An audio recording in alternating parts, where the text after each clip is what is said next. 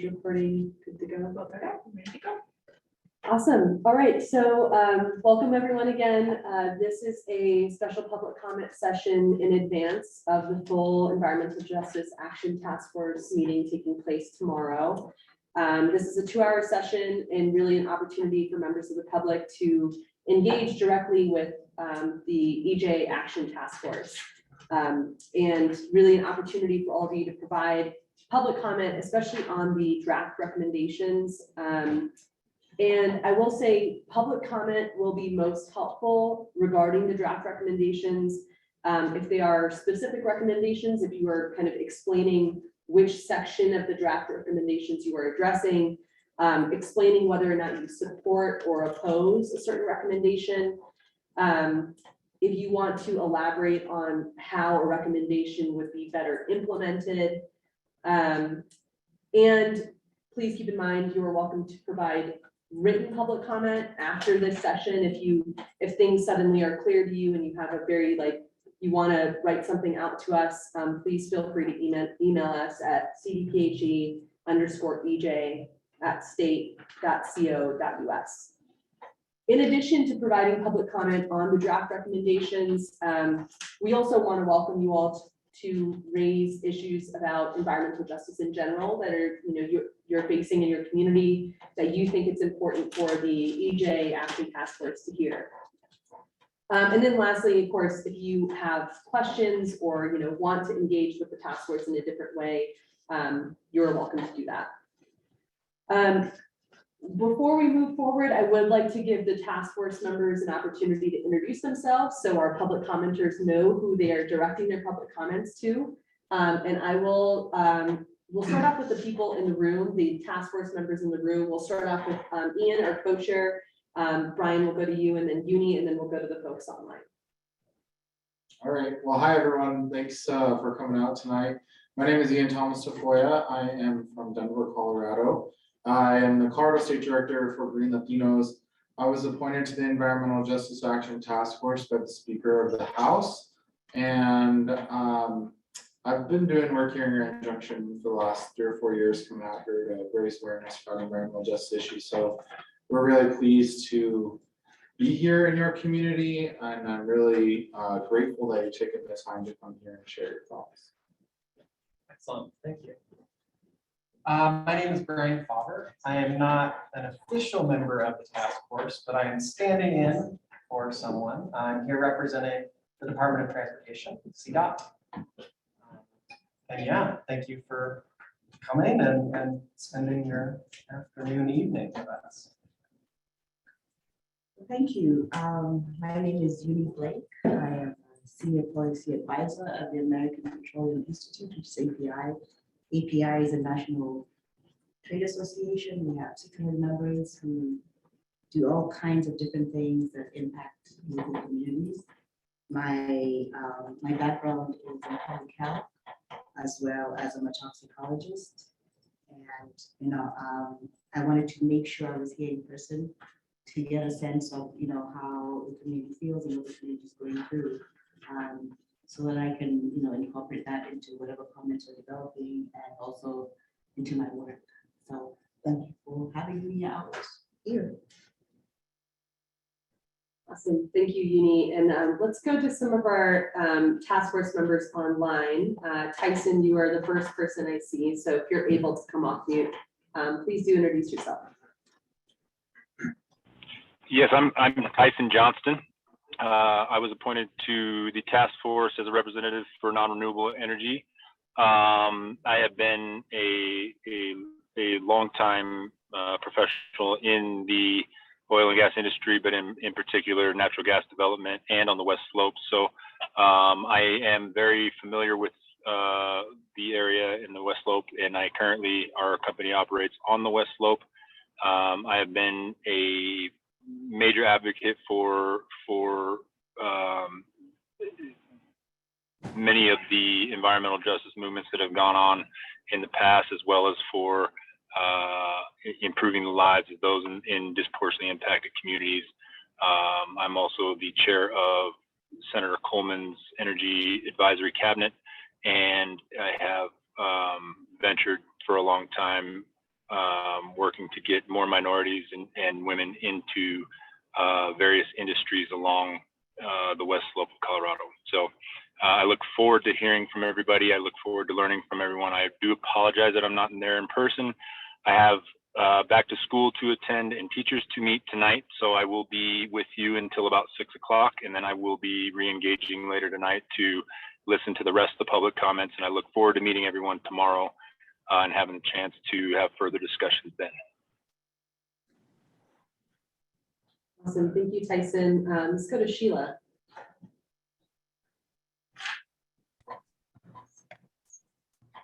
Good afternoon. I'm Sheila Davis. I'm Director of the Office of Health Equity, and I am, by my position at CDPHE, I serve in that capacity on the Environmental Justice Task Force. I'm going to keep my introduction short.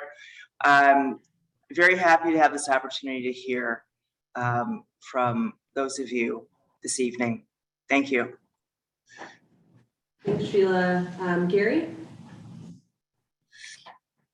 Good evening, everybody. My name is Gary Arnold. I'm the business manager for Denver Pipefitters Local 208. I get the privilege of serving in that same role with our district council, so covering all the plumbing and pipe fitting locals in Colorado, including Local 145 based in there in Grand Junction. Look forward to hearing the comments tonight and getting input from the public. I'm here or on the EJ task force appointed by the Senate President to represent workers in disproportionately impacted communities. I would apologize for not being able to attend in person due to some scheduling conflicts, not allowing me to travel out over to the West Slope this evening, but look forward to seeing everybody bright and early tomorrow morning in Grand Junction. Thank you. Thank you, Gary. Doug?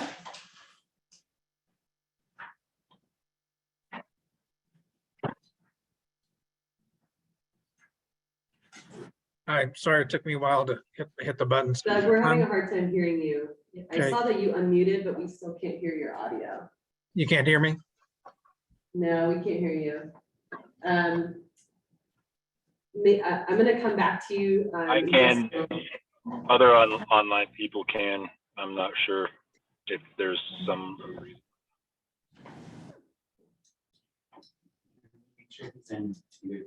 Oh, yeah.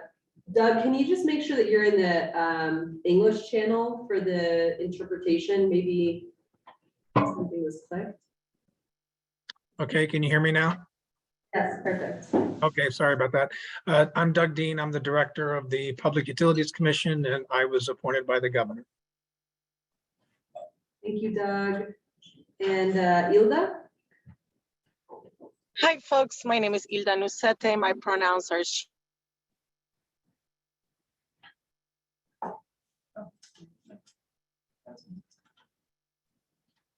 We just saw Ilda. I think she might. Oh, there she is. Sorry, folks. It seemed like there was a glitch and I got kicked out. Can you hear me? Ilda, if you're speaking, we can't hear you in the room at least. Can you hear me now? And Ilda, can you also make sure that you are in the English channel?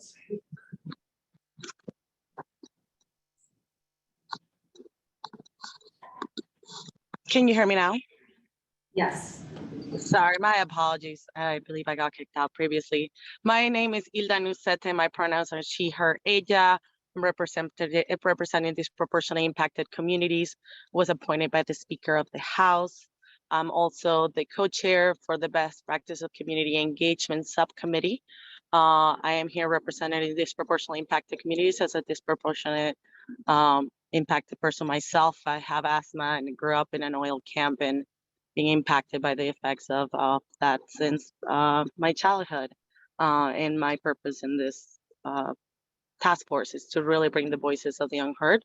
We know that disproportionately impacted communities are also the ones that are the most disproportionately disenfranchised and unheard in these spaces.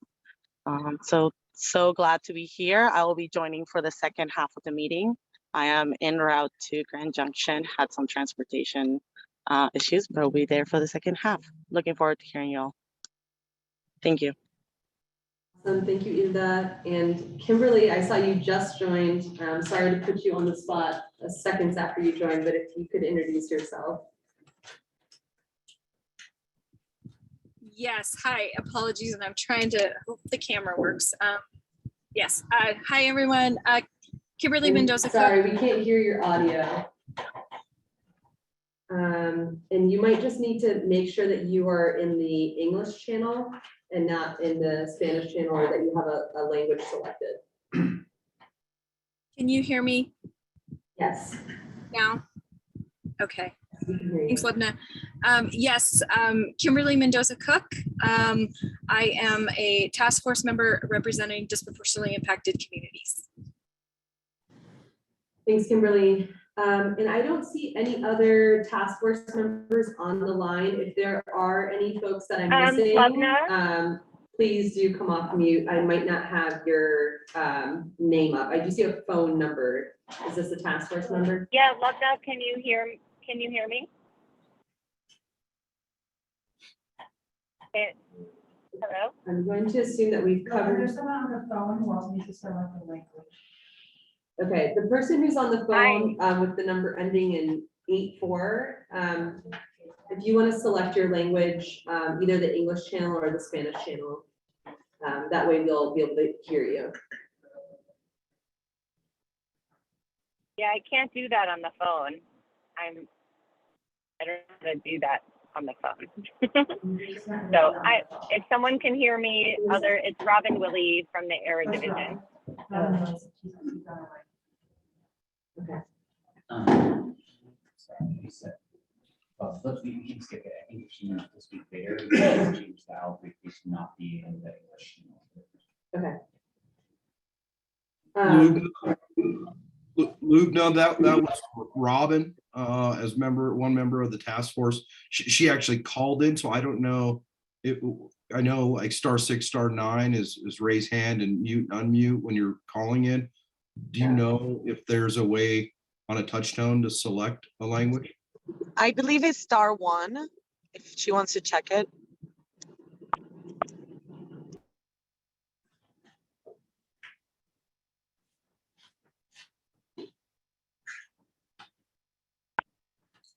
Okay.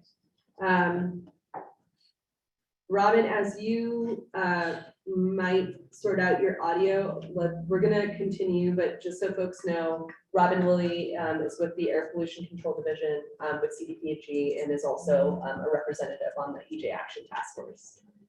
And apologies, there's like, with these hybrid meetings, I know that folks online can kind of hear some folks, but then us in the room are having trouble hearing folks that have not selected a language channel. So just as a reminder, please do, if your language of choice is English, please select the English channel. And if your language of choice is Spanish, please select the Spanish channel by going to the interpretation icon at the bottom of the screen. Okay, I do want to give staff also a chance to introduce themselves. And so Marcus, I'll start with you since you're at the front of the room.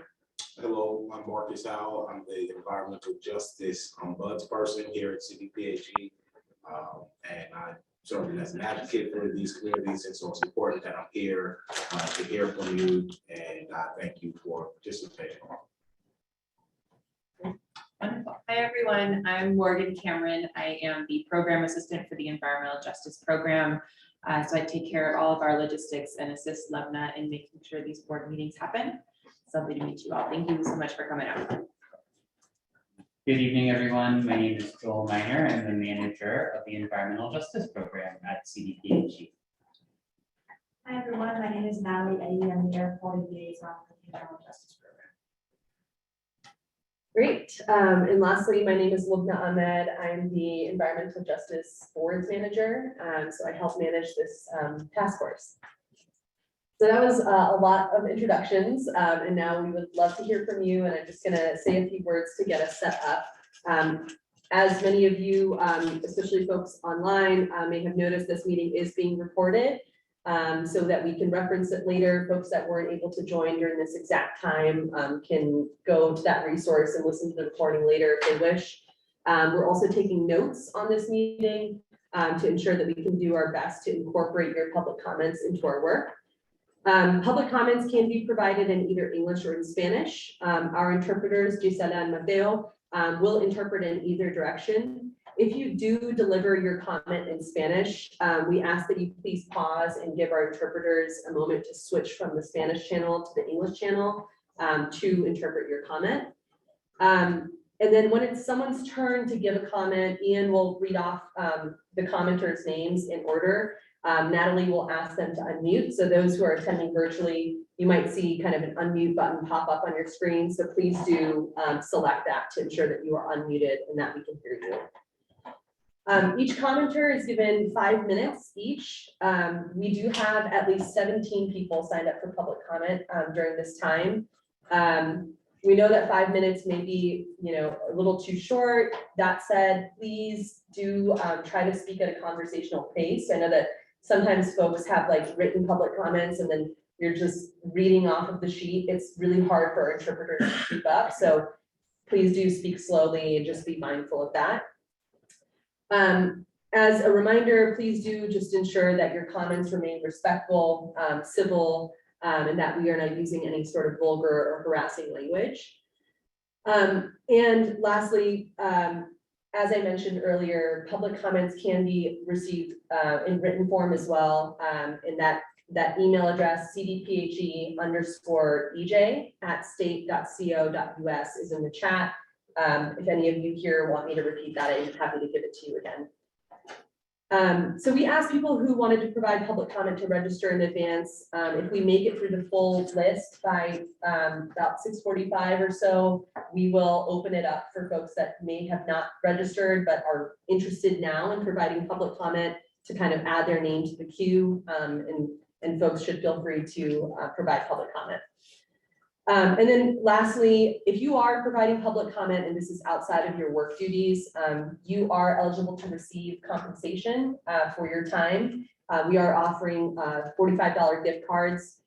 For those of you who are here in person, there was a sign-in sheet when you walked in. If you are interested in receiving compensation for your time and for providing public comment, please, we do need your first name, last name, and your email address. And you need to just indicate that, yes, I want to receive the participation incentive. For our folks attending virtually, if you are interested in receiving a participation incentive, you will need to email that email address that I've mentioned multiple times. I won't say it again, but it's the cdphe_ej email. And if you put participation incentive in the subject line, it'll be very easy for us to know, why you're emailing us. And again, the main thing that we need is your full name, first name, last name, and email address to issue that gift card. Okay, so you will not hear from me for the rest of the meeting. I feel like I've been talking for 20 minutes, but we do have a whole list of public commenters. For the remainder of the session, I'm going to turn it over to you, Ian, and it looks like we have a list of folks and you can call on our first commenter. That sounds great. And again, I just want to reiterate how awesome it is to see people here showing up in person, showing up virtually, writing and written comments. Believe it or not, we do read them. I rode the bus here and I was reading through many, many comments on my way up here, and I hope to get through them all by tomorrow. I want to say, it is because of collaboration with people across the state of Colorado that we're even in this place to begin with. The job as an ombudsman wouldn't exist. The EJ task force wouldn't exist if it wasn't for people participating in their government, advocating at the Capitol, advocating in rulemakings, and certainly taking on this big task that we have to make big recommendations to change agencies in our state for the public health of communities across Colorado. I do want to thank the hundreds of people, coalitions, elected officials, nonprofits, and businesses who again have put in their comments today. I do want to say, get your money, right? We got a budget. So if you're here today, get your money, fill it out. I don't want you all to waste that opportunity. And I also want to let you know that this isn't like a typical public comment that you might have where no one interacts back with you. So there's a great opportunity for us to have a dialogue to vet out more information about what your concerns are. So please expect that you may get questions from me or other task force members that are here in person and online. I believe our first comment is in Espanol. Rosa Marie Virgil Garcia with Una Mano, Una Esperanza. Is Rosa here in person or online? Oh, and welcome Jaime Valdez, who is also an Environmental Justice Action Task Force member. So is Rosa online? Okay. The next person we have is Jan Rose with Colorado Coalition for Livable Climate, and it's here marked as virtual. See her Omar or Frank yet. Okay. Is Commissioner Scott James online?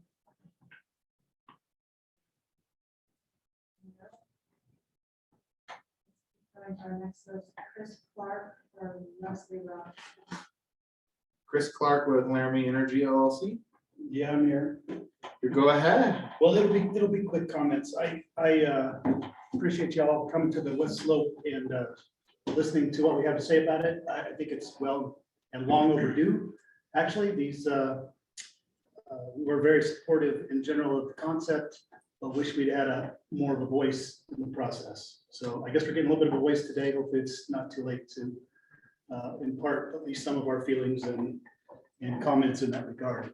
I think the one item that I wanted to speak about mostly, and I won't take near 5 minutes, but I really think through this process that we need to, CDPHE needs to really revisit the logic and the process for determining disproportionately impacted areas, particularly in Western Colorado. There is really no one size fits all, and we have huge swaths of uninhabited lands that are impacted with being labeled as disproportionately impacted. And I think there needs to be more granularity. We as an industry and we as a community are completely supportive of the initiative and trying to help those communities, but we need to have some granularity to really focus in and put our time and effort where it actually makes a difference, not in a rural spot that's in a big, huge swath that's identified on a map and there's no residents within 40 or 50 miles.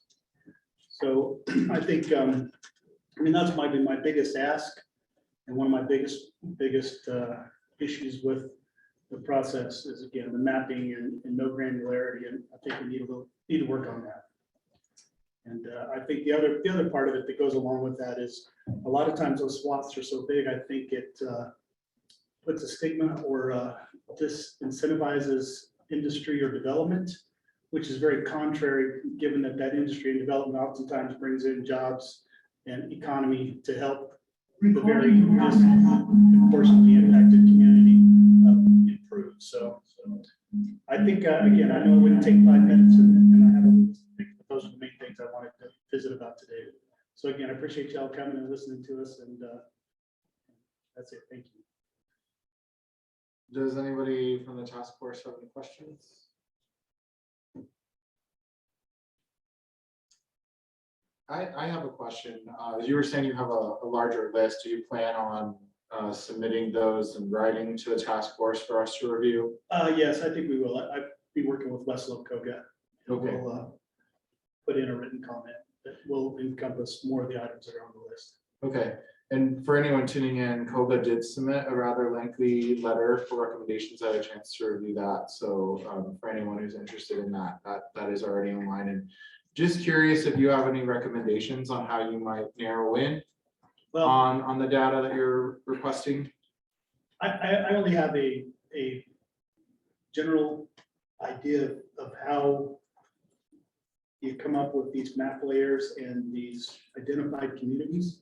So it's hard for me to give specific guidance because I don't know the process well, but I will give you an example. We operate in Debec and Colburn, which are two West Slope communities. In both instances, Debec in particular, we obviously do oil and gas development. We own 15,000 acres of surface. Our development is probably 30 miles from the town of Debec, and there's probably not 5 permanent residents between the town of Debec and our development. But the swath is so large due to the way the map layers were developed that it's pulling in again. So we're spending time and money and resources on extra leak detection repair, lots of extra BMPs or measures that again, they're good things to do and we would do a lot of them voluntarily, but it's taking money or resources away from us to be able to focus much of that effort on really on improving things in these communities. The swaths are just way too big. And it's the same thing in the Colburn Valley. It's the entire valley. It's a very rural community. There's, I don't know, what is it, 1,000 people in Colburn? I don't know. If that. But it's a huge swath. And again, we're very rural. We're out in the middle of nowhere and we're having to comply with the same standards that some company that's, you know, right in the middle of a subdivision on the Front Range. And I just think that's not, I think that's again, it's not one size does not fit all. And I think the way the maps were developed, the layers were developed, missed the mark in my opinion. Yeah, it sounds a little like you're talking perhaps about a large census tract or something like that. It is, the census tract is what they, what the basis of it is, yes. That's why I say it needs some granularity. Okay. Are there any other task force members that have any questions? Okay, well, we appreciate your comments, Chris, appreciate that. I believe we have Dan Joseph with Weld County Environmental Health. He's the director virtually. Yes. So yeah, I want to thank you guys for having me on. So I'm Dan Joseph. I'm the director of environmental health for the Weld County Department of Public Health. So I appreciate you offering us the opportunity. We have already submitted some written comments, but I'm just going to summarize some bullet points here that we kind of wanted to make sure just get to the forefront of the group here. So, you know, as a local government representative, our input is focused on how we can help support the task force mission of improving cooperation between environmental justice initiatives, between state government, tribal government, and local governments. And so here, just kind of outline kind of our thoughts on that. As a big picture concern, Weld County would like to see a framework to address environmental justice issues in the state that allows for flexibility, just getting to what Mark was talking about, but that encourages objective metrics and goals that can be clearly implemented and agreed upon by all state agencies and local governments. And we recognize it's not necessarily an easy task. So first, the task force recommendations are not specific enough to provide adequate comments or are not consistent with current regulation. And what we mean by that is we found the recommendations are unclear and not specific about what are the appropriate responsibilities of local government and what are the appropriate responsibilities of state agency. So this lack of clarity has created some misalignment among multiple entities as reflected in the comments that were submitted to the task force. While some entities outline a need for each agency to perform independent analysis with unique definitions for DIC communities, others strongly recommend creating a framework which encourages cohesiveness and standardization. Weld County believes that the state should aim for a standard definition and metrics with consistent processes that can track progress towards the goal of improving environmental indicators in DIC communities. And this should be done in a systematic and scientifically objective manner as feasible. So kind of just looking for clarity in how and who and what gets assigned to which groups. Second, we're looking for more transparency and scrutiny on the data behind the screening tools. So we're concerned a little bit with Colorado EnviroScreen scores can be misinterpreted. EnviroScreen needs to be peer reviewed and undergo some independent QA before it can be used in any decision-making process. We suggest that all data in EnviroScreen be reviewed more closely. We think there's value in it and discussing it and the intended use, but I think with anything, there's limitations, and we want to make sure the public understands those limitations to avoid potential misuse of the data and to enable community and stakeholder engagement or stakeholders to engage in productive conversations. When we looked at the EnviroScores, you are looking at certain areas of oil and gas activity, and it includes the entire county, not even just a census block, not just a street road. And so kind of what Mark was getting, some of those things are really encompassing and including a lot of areas And those should be looked at to be narrowed down, but also what's the data and how reliable is the data in the background that we're using is a concern for us. Third, the health-based threshold setting process is also unclear and has the potential to have some significant and far-reaching consequences. Evaluating hypotheses about why health effects may be associated with multiple stressors is very difficult due to variability in human responses among different populations. Further, additional information to inform this process may actually be provided as a result of Colorado House Bill 1244, the air toxics monitoring bill. So Weld County is recommending that the task force assess the planned air monitoring and list of toxic air contaminants. And when that information becomes available, before making recommendations based on health-based thresholds. Fourth, the recommendations don't have a clear and actionable goals that remedy environmental injustices in our communities. So the draft recommendations seem to miss a key aspect of environmental justice for us, providing information to enable stakeholders to assess the value and efficacy of the proposal to determine if the proposed approach will be beneficial. Weld County supports a science-based process whereby policies are guided by science and data, and that will result in outcomes that truly address environmental concerns of DIC communities. We recommend clear definition of goals and potential metrics that should be considered for assessing Colorado's progress to remedy environmental justice. Our concern with Enviro scores and Enviro screens and some of the scores is how are we moving the needle? We might address an air pollution component in a DIC community, and yet if the scoring mechanisms based on some other details such as income inequality or other components, we may be showing improvement in DIC communities, yet we're not going to see anything change from the overall map kind of on the outside. So that community will always be in there unless you're dealing with an economic issue or dealing with this. So making sure that as we take actionable steps, that you see things either come off the list or reduce or have an impact on that score in a manner that we're not always just perpetually doing something and not ever accomplishing a goal or task with that. So I just appreciate, sorry, I was trying to read slow enough to get it through, but I appreciate providing comment, and we look forward to future comments. Okay, thank you, Dan. And I think I'll have to follow up with you because we used up the time allotted here. But I did read through your comments about concerns with data and ozone levels in the map from your comments and writing. So I think I'll be following up with you about that. All right, the next person, Leslie Robinson with Grand Valley Citizens Alliance, here in person. Great to see you. Thank you very much. Leslie Robinson, I'm chair of the Grand Valley Citizens Alliance and Battlement Concerned Citizens. We work under the umbrella of Western Colorado Alliance. We've been involved with oil and gas issues for 25 years, since 1997. Personally, I've been involved with oil and gas issues since the 1970s. I'm going to tell the story about Battlement Mesa and the senior citizens who were impacted by drilling. In the late 1970s, Exxon planned and started building Battlement Mesa south of the Colorado River from Parachute, approximately 50 miles east of here. It was a planned unit development for their oil shale workers and their families. Oil shale was supposed to attract 30,000 employees, and towns like Rifle, Parachute, and Silt were going to quadruple in size within a few years.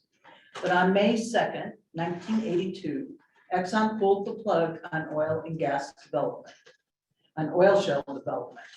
They locked out thousands of workers and local economies tumbled. Places like Battlement Mesa turned into a ghost town.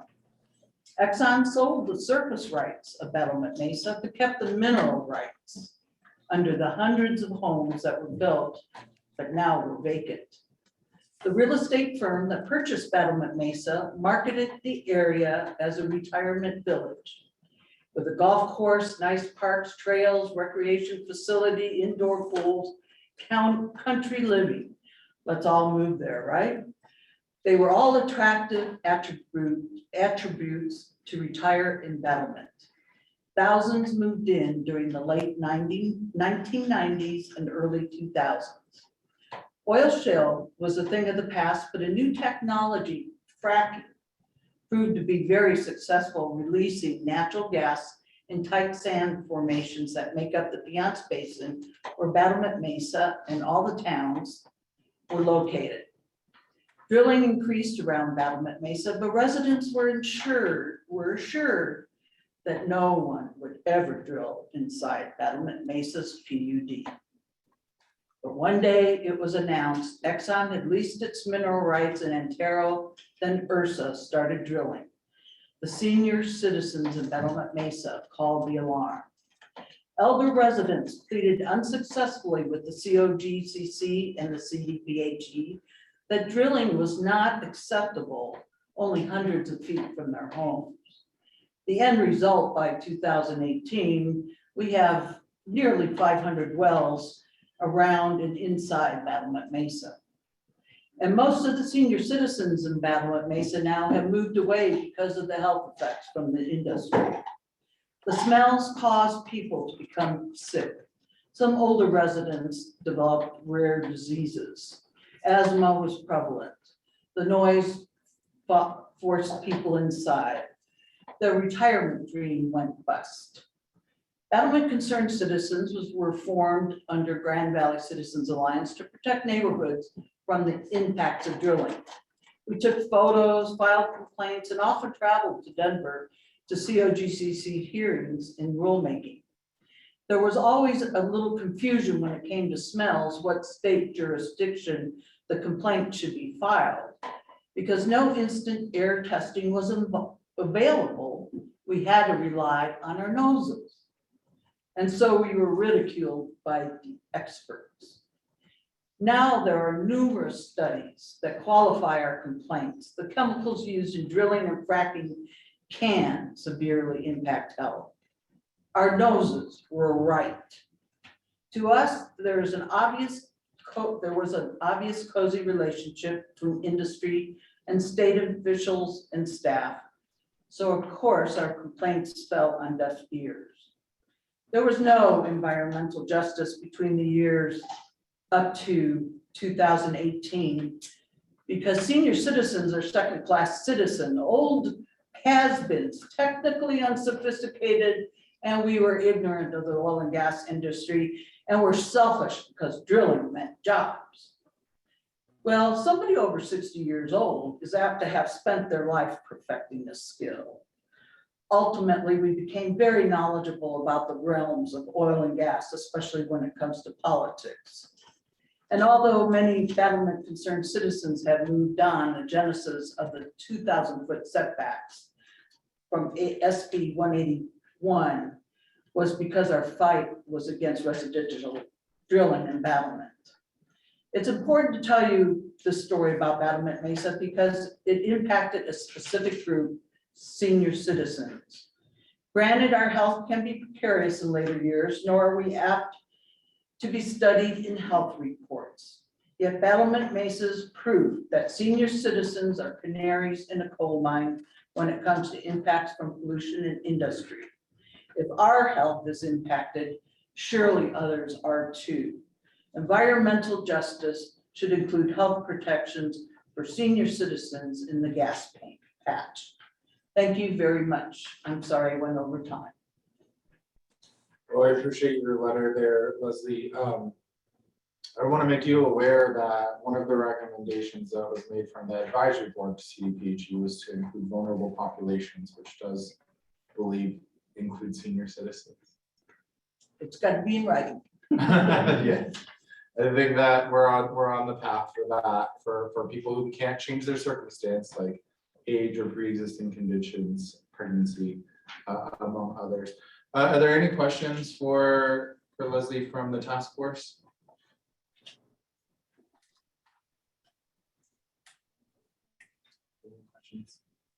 Okay. Leslie, can you just talk to us about how many wells are drilled in your community? There are 12,000 wells drilled in Garfield County, mostly in western Garfield County and mostly in the Rifle to Parachute Battlement Mesa area. So when I mentioned 500 wells, there's really thousands of wells surrounding our communities, just east of here. And when you were talking about the difficulty in finding who to make complaints to, you're talking about air versus water versus who's permitting. Have you seen permits denied in your community due to No. cumulative impacts? Okay. No, there was a designated pad A, that was going to be just hundreds of feet away from the Battlement Mesa Municipal Water Treatment Plant. And we filed a lawsuit just against the COGCC to stop the approved. And Ursa went bankrupt before that lawsuit proceeded. Okay. Go ahead. Thank you so much for your story. I really appreciate it. And I think one of the things that I'm hearing is this idea of what we've been talking about, community engagement, meaningful engagement. You know, that you have to go all the way to Denver to be heard. I think it's something as a community to really think about so that you don't have to travel that far to be heard. And so over all those years, did you ever feel that anybody came out and explained to you what was going on, or was there anybody locally you could talk to about your concerns? We certainly addressed our concerns before the Garfield County Commissioners and before the COGCC board. We had many meetings with like Matt Lepore, who represented the COGCC. But at the time, the rules and regulations were really against citizens. It was very pro oil and gas development. So we might have been heard, but we weren't listened to. Did the industry ever talk to you, or did you ever talk to representatives from the industry during the process? Absolutely. We were on first name basis with industry folks. And we tried every angle possible to explain why we were against drilling within the PUD of Battlement Mesa. But that didn't change anything. And that's the frustration. We talked, and we talked, but we were never listened to until groups across the state got together and put pressure on our political leaders to pass regulations such as SB 181.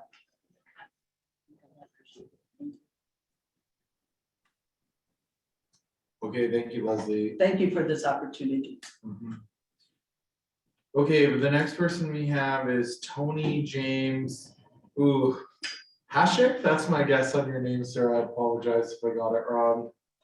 Should be virtual, not online. Sue Hansen, virtual. Okay, Jean. I don't know how to say your last name. Dreher. Dreher, I got it. Sounds like bear. Yes. Kind of Duchess nomen. But I don't have much comment. I'm trying to learn here instead of trying to tweak the process. But I do have one kind of observation. The biggest threat to the environment in Mesa County that I see is what we call development. Is building houses, building low-cost housing, and turning the agricultural landscape into Southern California. And I think the ultimate impact of that is going to be 1,000 times worse than anything that the oil and gas industry has done. And I think we're missing the bet because we're not dealing with the most severe problem. But that's all my comment. Okay. Does anybody have any questions for Jean?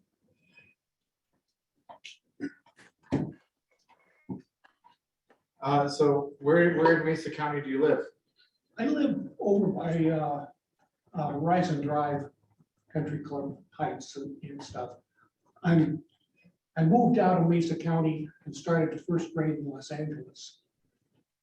I went to school at UC Irvine, and the Irvine Ranch was the biggest Spanish land grant in California. Rolling hills with cattle as far as you can see. Now, if you look at the Irvine Ranch, and I suggest Google Earth, because you don't want to go there, it is Stepford houses. I had a client who got lost on his way home. That houses upon houses upon houses. Mesa County consists of 2-lane farm to market roads. And if I build a 300-unit complex building houses, I'm not paying for the expansion of those roads. And we're destroying ourselves so that some people can get rich. I've been to the Front Range. I don't envy you. It's, in some ways, it reminds me of Orange County and Southern California. And in some ways, it's like, whoa, did you guys really get screwed doing this? But, and again, it's, growth, I think, is as bad or worse than, I think it's worse than any of the other things, because it's in cities. We build low-cost housing that in 20 years is going to be ghettos and slums.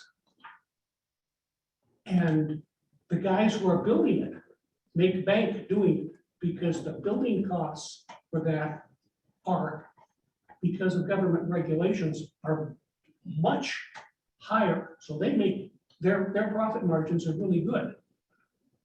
But for the community, over time, now it turns into less than wonderful stuff.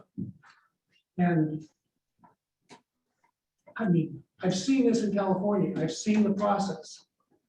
And it's not going to be, it's not going to be good for us, regardless of which community we're in, whether we're, unless you're in the millionaire club, it's not going to be nice for you. Thank you, I'm sorry.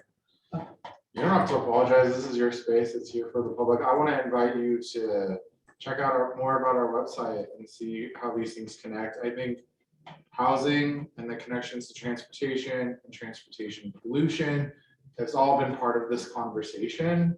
And so I would just invite you to follow along. I for really the want to next see couple that. I listened to Senator Scott last Friday, gave a really interesting discussion of things having to do with CDOT and that sort of stuff. There's some really interesting things there, I think. But yeah, it's holistic. It's all one. We all got to play nice together and put the cards on the table and make the best decisions we can. All right. I just want to mention that we also have, for folks that didn't see it when they walked in, we do have a hard copy draft of the recommendations that the task force has developed thus far. It is a bit long, but if you want to see kind of the content that the task force has been talking about, we encourage you all to read through that. And if you have written comments that you want to provide even after this, or tomorrow evening, we have another public comment session, you're all welcome to provide comment that way as well. All right, the next person we have is Diane Schwenke. Is that how we say it? You got it. You've pronounced it exactly correct. So I'm Diane Schwenke. I'm the CEO of the Grand Junction Area Chamber, an organization of about 800 mostly small businesses. 80% of our members have 20 employees or less. And I'm going to kind of address some of the elements of the draft, just kind of to give you a little bit of input. I do want to go back to the comment with regard to the census tracts, because the census tracts are based upon I mean, they're split out according to population.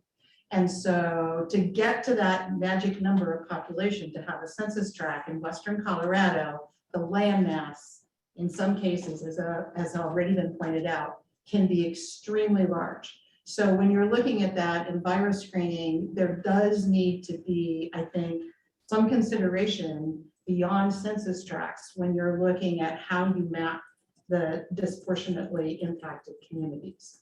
And the other two areas that I'd like to address has to do with the definition of disproportionately impacted communities. I understand looking at that, I think this is a question, and my suggestion would be is that the percentage of affordable housing element, the housing element being used in the disproportionately impacted communities, I think is something that should not be considered, because when you take a look at the cost of housing for all strata of workers across the state, the affordability factor, as you've already pointed out, is probably our biggest issue. And so if you're really going to focus in and really start to have the maximum impact, I think you need to focus. And I think taking the housing element out of your definition can help you focus more attention on those who truly are disproportionately impacted. My other comment has to do with your cost benefit analysis, when particularly it comes to the economics, which you acknowledge in the draft is complex and difficult to analyze. One of the things I don't see in there, and it's all connected, is you're talking about jobs and workers and health, and that's all really important. But another consideration in your cost benefit analysis should include the anticipated revenue for local governments to address their needs, because businesses pay 3 times or more the property tax that residences do. And so they actually, in many cases, are, for a lot of our rural counties out here in Western Colorado, are a major source of income. So I think you ought to take a look in terms of the cost benefit with regard to local revenues of that business development. And the one other thing that I will make comment about is businesses go, frankly, where it's they have to make a profit. So they're going to go where they have the best ability to do that. And so when it comes to the regulatory pieces of this, I totally understand. We all breathe the air, we all drink the water. But when it comes to the regulations, I think there should be a carrot and stick approach for local businesses so that you're not scaring them away from actually locating in the areas where those disproportionately impacted populations are. And that can, again, address some of the climate issues if people can live and work close to, work close to where they live. So those are kind of my comments on first blush looking at this draft. And again, I would say, I think it's important that we get it right. I appreciate the opportunity to provide the comment. Are there any questions from task force members, virtually or in person?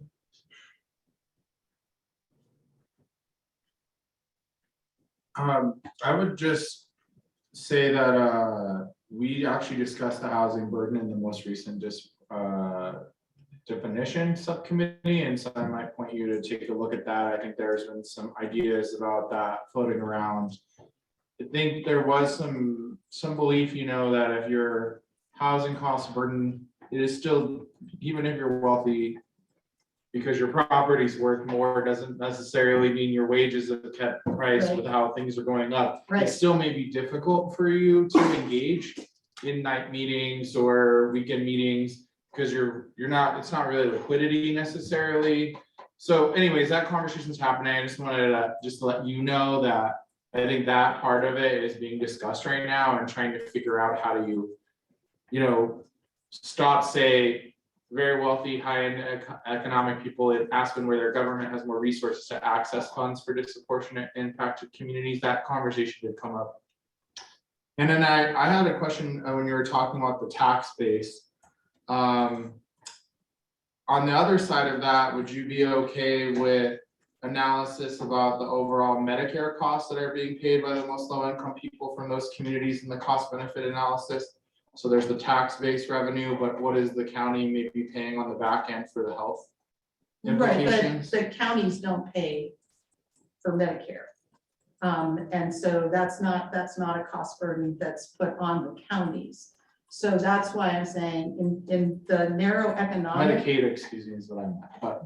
Yeah, okay, but even so, when you take Yeah. a look at what local governments fund, which tend to be the infrastructure to serve the population, that's where I'm saying, I think that it's important to take a look at the cost benefit of the potential taxes being generated by that business. They're already talking about the jobs and the workforce, but the taxes is something that I don't see in here that I think should be added. That was a really interesting part of the conversation with the closure in Pueblo. The conversation about the ongoing tax base, right, Jaime? Yeah, still going on. Yep. Our county commissioners are really concerned about the tax revenue that we stand to lose there too, so. I definitely understand your concerns. Okay, thank you. I just have a quick comment. Thank you so much. Sure. I think the biggest challenge, looking at it from the health side, it's hard to equate health to jobs.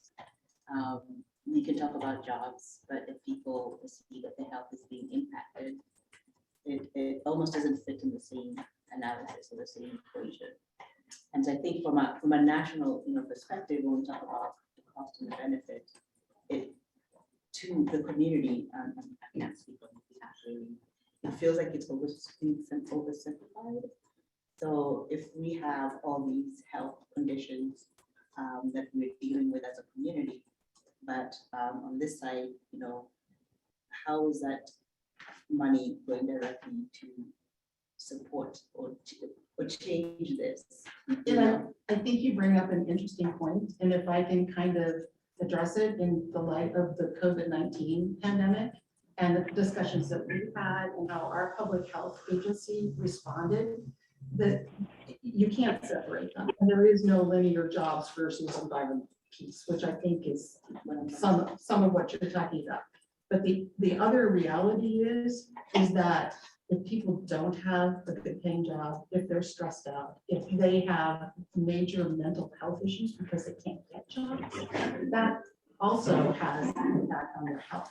So and when we had people who couldn't go to work, even though they were getting payments from the government, we saw mental health, we saw drug use, we saw alcoholism because they couldn't go to work. So there's both sides of that. 100%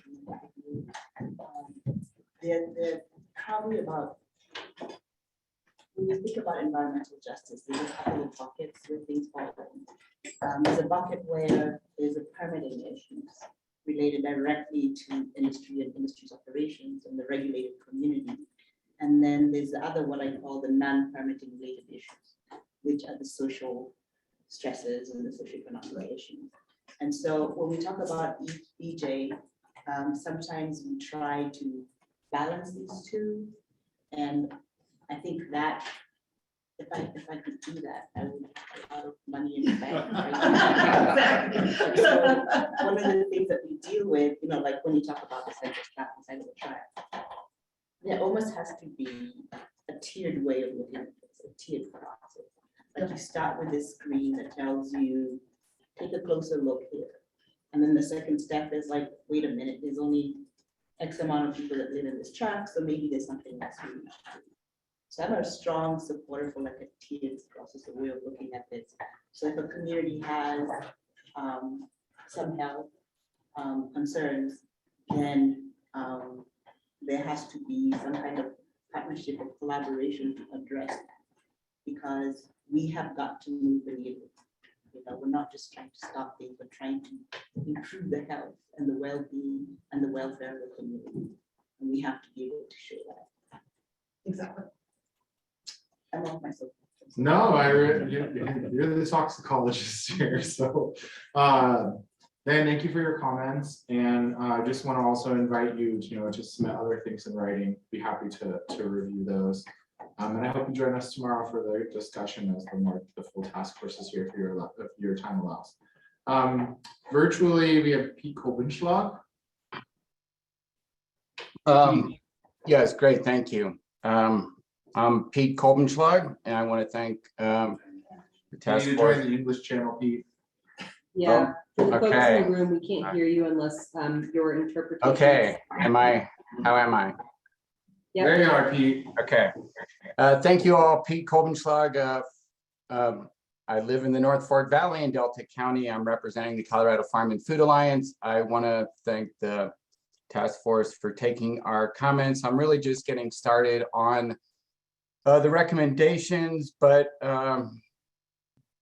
starting with kind of the scope, I support options 1 and 2. I do think that there needs to be kind of cumulative analysis on these sorts of things to make sure we're looking at a regional level, including in rural places with sparse populations. And so I do believe also that it can't be like agency by agency, which a more site-specific analysis might kind of become. And so I think part of it needs to be a cumulative analysis so it can kind of look across agencies and over time across a whole region. But obviously there also needs to be some sort of site-specific process that looks at things at a more granular level.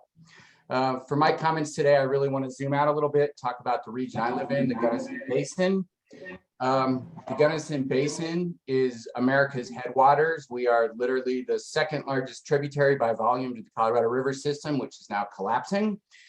And unlike the first, the largest tributary, the Green River, we represent a fairly small geography. And so this shows how important what's happening here is not only to us, but to 40 million people downstream, including numerous tribal nations and the nation of Mexico, as well as numerous ecosystems and environment, recreation, businesses, trillions of dollars in business.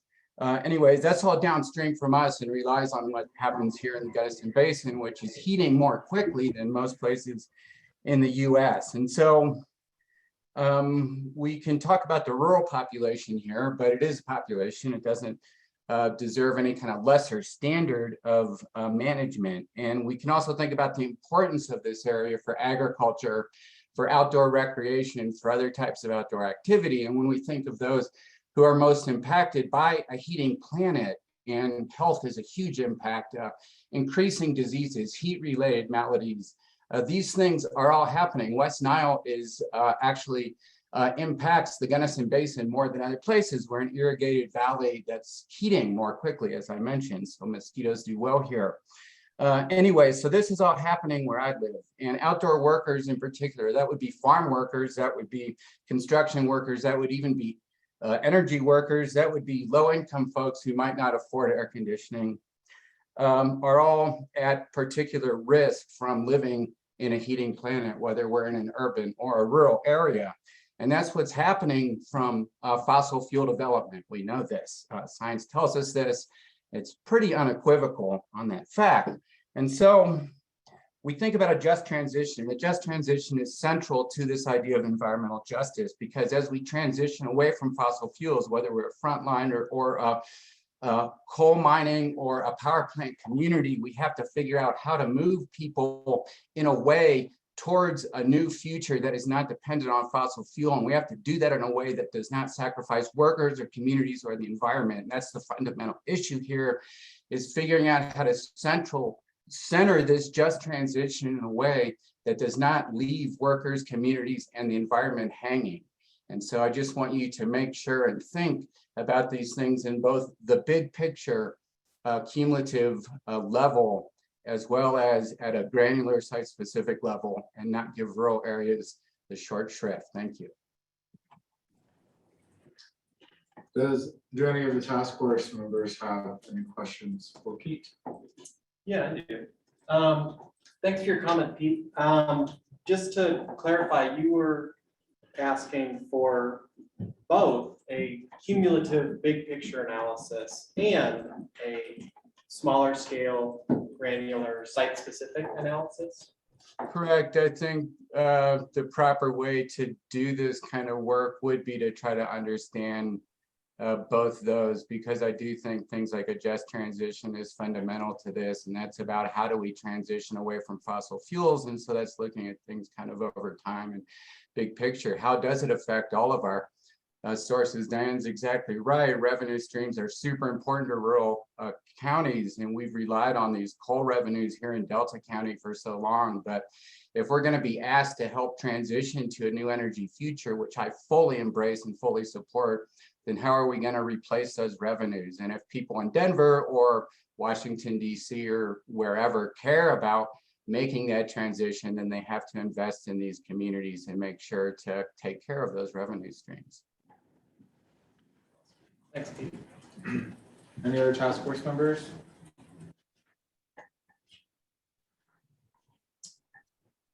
Pete, I have a question for you, and I know it's difficult time of year in the agriculture for just how busy you are, so I can really appreciate that.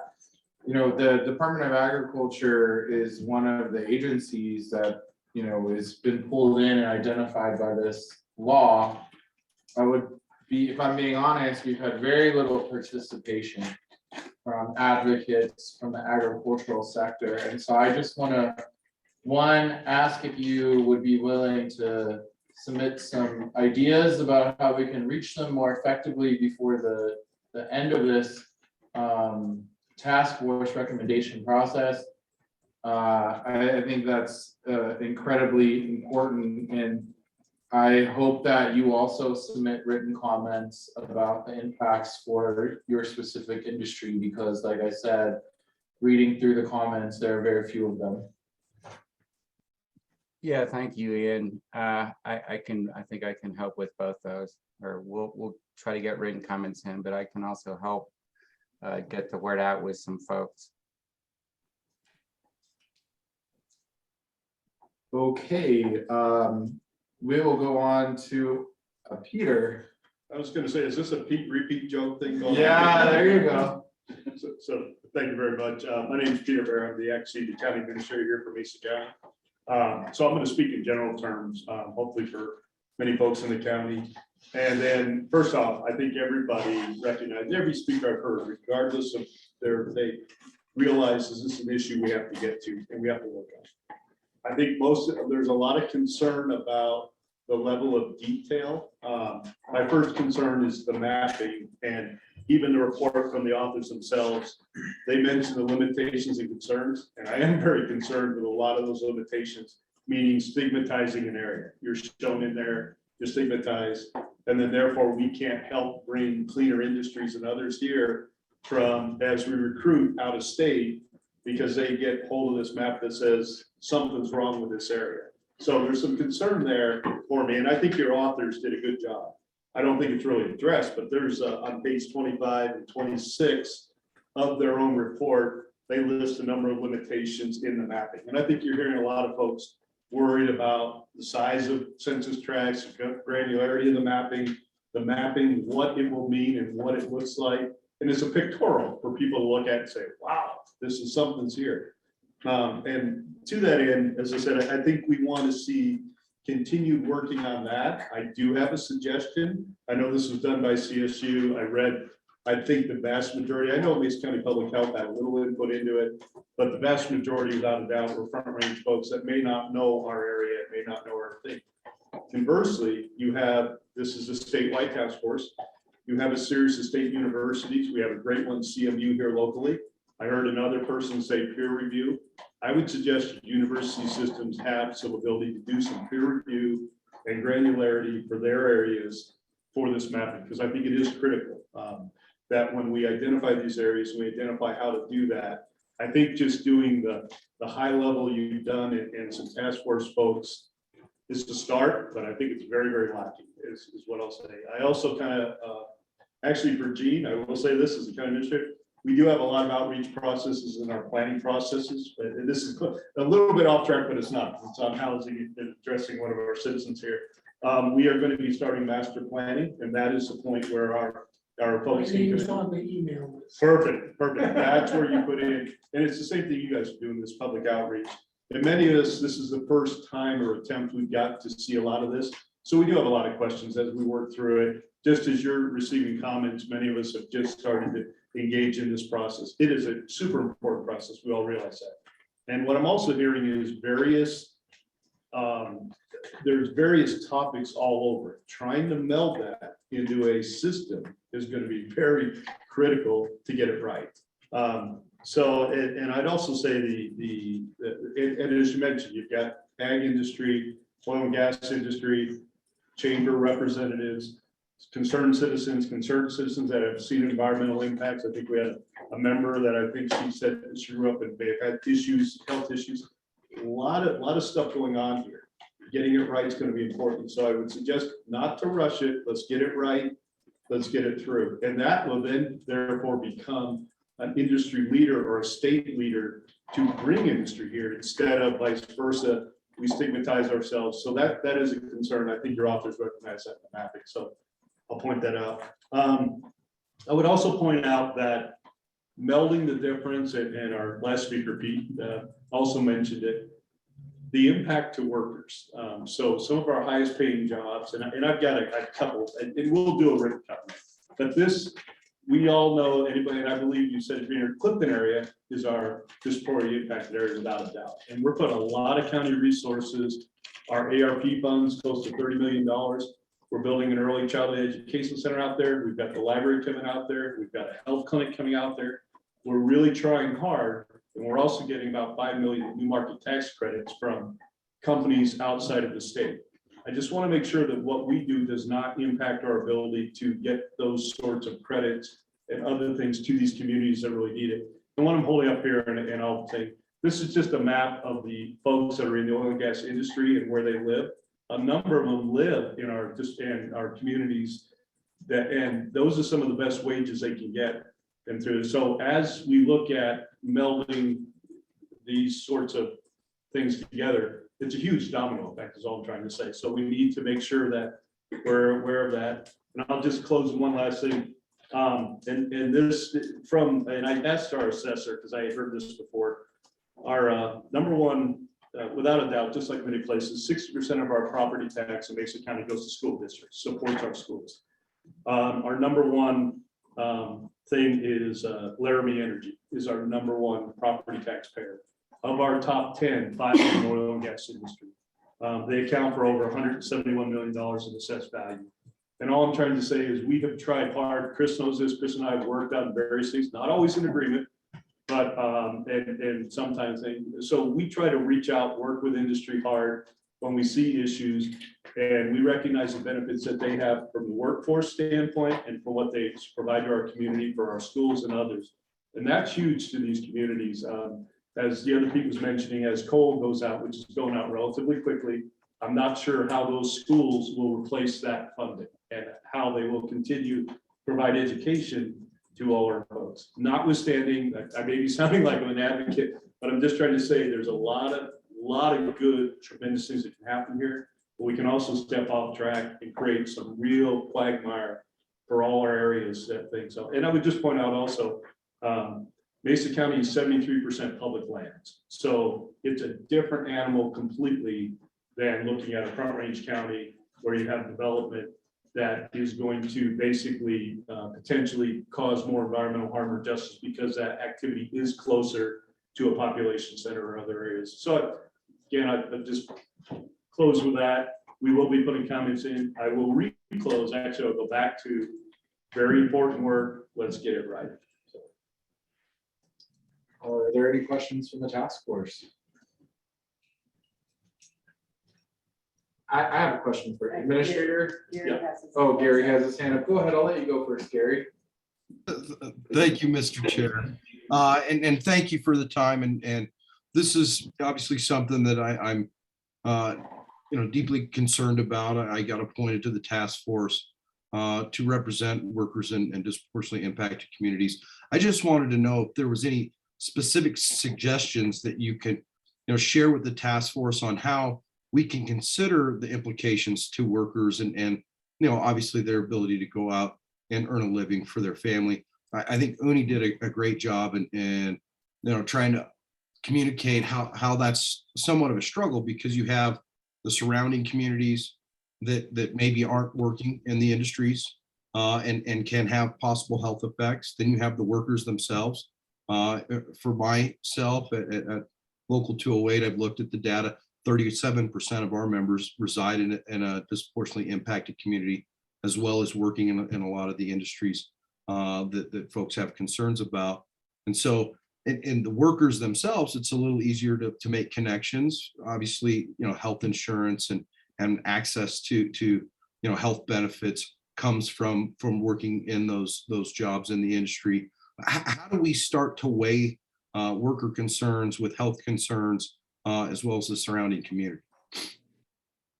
I've got a couple suggestions, but just suggestions, we'll go right up. So, as we're well aware, there's transition going on in our economy. There was just a major act passed out of Washington, the CHIPS Act. And it talks about rural chips. They want some of that money to go to areas, research development, training workers in different industries that are maybe perhaps a little cleaner, a little more environmental justice. I would hope this task force would center on some of our rural areas and ask, so OEDIT, for instance, spends a lot of money. I bet if you look at it, 95% of it goes to Front Range. And I'm not picking Front Range, let's slope issues here, but I am saying these are the areas, your Craig and your Delta County, those are the coal mining areas are first. And if the oil and gas industry starts having, I think quite honestly, there's room for a lot of discussion with oil and gas, and what I've always seen is that they're open to that. And I think, and correct me if I'm wrong, Chris, right now, I think air quality is cleaner in many areas than it was before, yet the activity's there. It's it's because of some regulation, but it's also because the industry's stepping up and wanting to do the right thing, in particular, the good environment folks. So I guess what I'm saying is, as these opportunities come around, whether it's CHIPS Act, whether it's a new EV factory battery, unfortunately, they always tend to go to the high population center and get there, and we seem to be left out. But we have benefits, so somehow giving incentives to these areas to bring, we have a great university here. Mesa is one of the best, and I went to CU, I went to Mesa, I went to a couple. Bringing some of that, if this task force will put some emphasis on getting those jobs in that federal dollars and those sorts of funding here to our area where we can compete and maybe incentivize, because of course, any large chip manufacturer, most of it's going to go to Silicon Valley, we know that. But the law does have particular components trying to put it elsewhere. So I think when there's opportunity for economic development, particular economic development that may not have a higher level of environmental impact on it, think about us. Try to get it here, work with our chamber, work with our other folks, and work through it through that. So I will say this, I'm also a member of the STAC, State Transportation Advisory Commission. So I've been integrally involved with the CDOT component. We're working hard. I would also say this from a standpoint of a community that officially not till 2030 does our carbon thing kick in. We would like to start now, but we'd like to get credit now. So we need the folks that are in charge of that to say, okay, if you start putting up more charging stations, you start electrifying your bus system, we want to be able to do that. So that's the other thing. If there's timelines in this, allow communities to be able to step forward and start to do things on their own and get credit for that in the future. So I will say that. I'm very familiar with that. I'll close with one last thing, and I'm taking up too much time.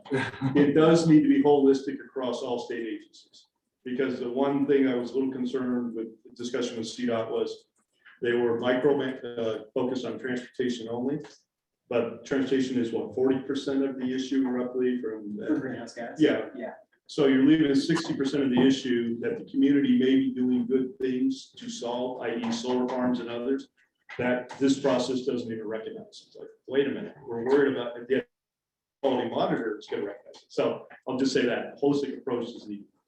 I appreciate that, Administrator, and I just really want to set the tone here and just caution that all the environmental justice work and the different agencies here are not just about oil and gas. And so I've heard a lot about the conversation of oil and gas, and I appreciate that. But as an example, the Total Petrochemical facilities across the street from an Outback Steakhouse next to a state park and is releasing 1,3-butadiene across from the Redlands and upwind from Clifton. So I just want to give that as an example. And I come from a DIC community myself, and whether or not they're labeled a DIC community, people know. There's a lot of people know where there's industry and where there's been impacts, right? And I just want to say that there's been a lot of success at the state capitol of ensuring 40% of money is going to DIC communities for electrification of the PUC. So I just want to, for listeners, people know, is my feeling. And I also just want to say that like, it may end up ultimately giving you access to resources for your community to continue the great work you're doing to support people in Clifton as an example. Okay, so and we really appreciate you being here. It's great to see so many people here from Grand Junction. Penny, is Penny online?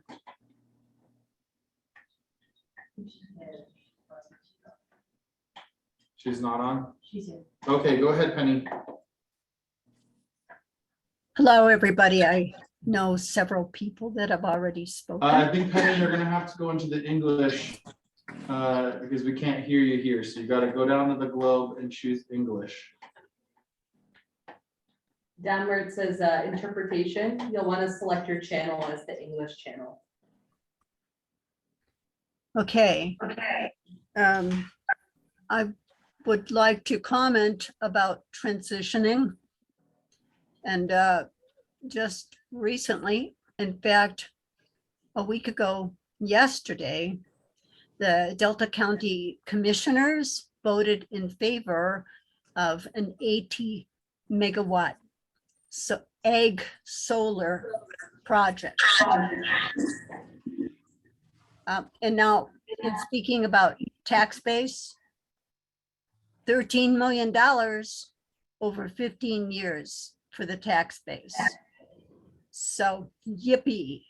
But when I lived in Brent Junction, I lived on Orchard Mesa. And there was so much pollution from wood burning stoves.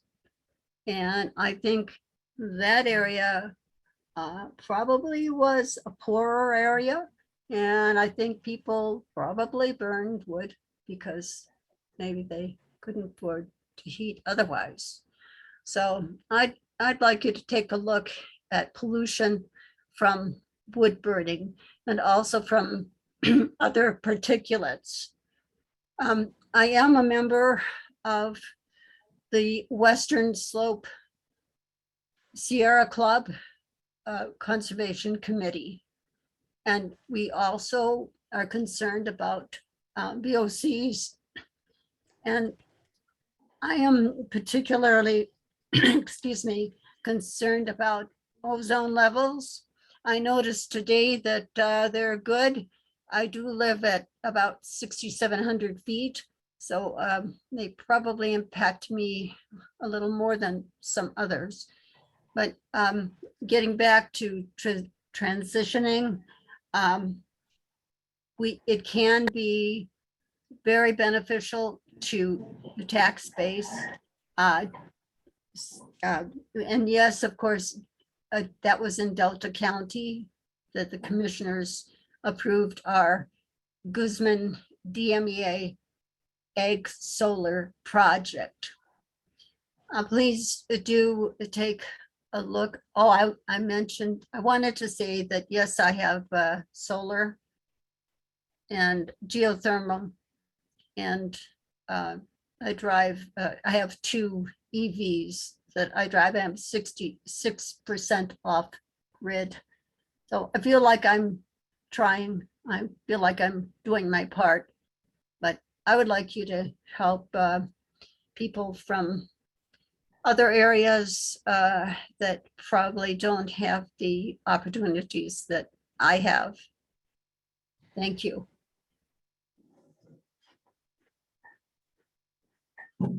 All right, well, thank you, Penny. Does anybody have any questions?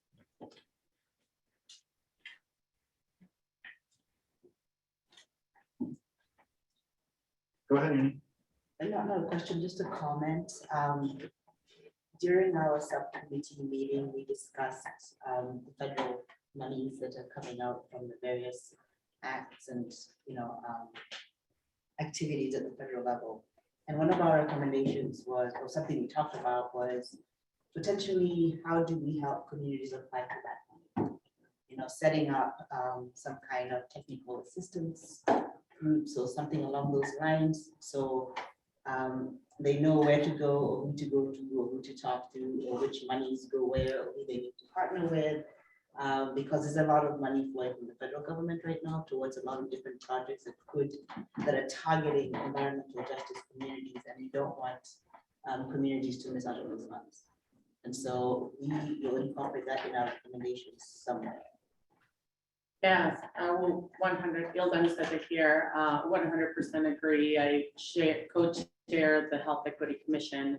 We have a grant out there for community groups to create systems change around health equity.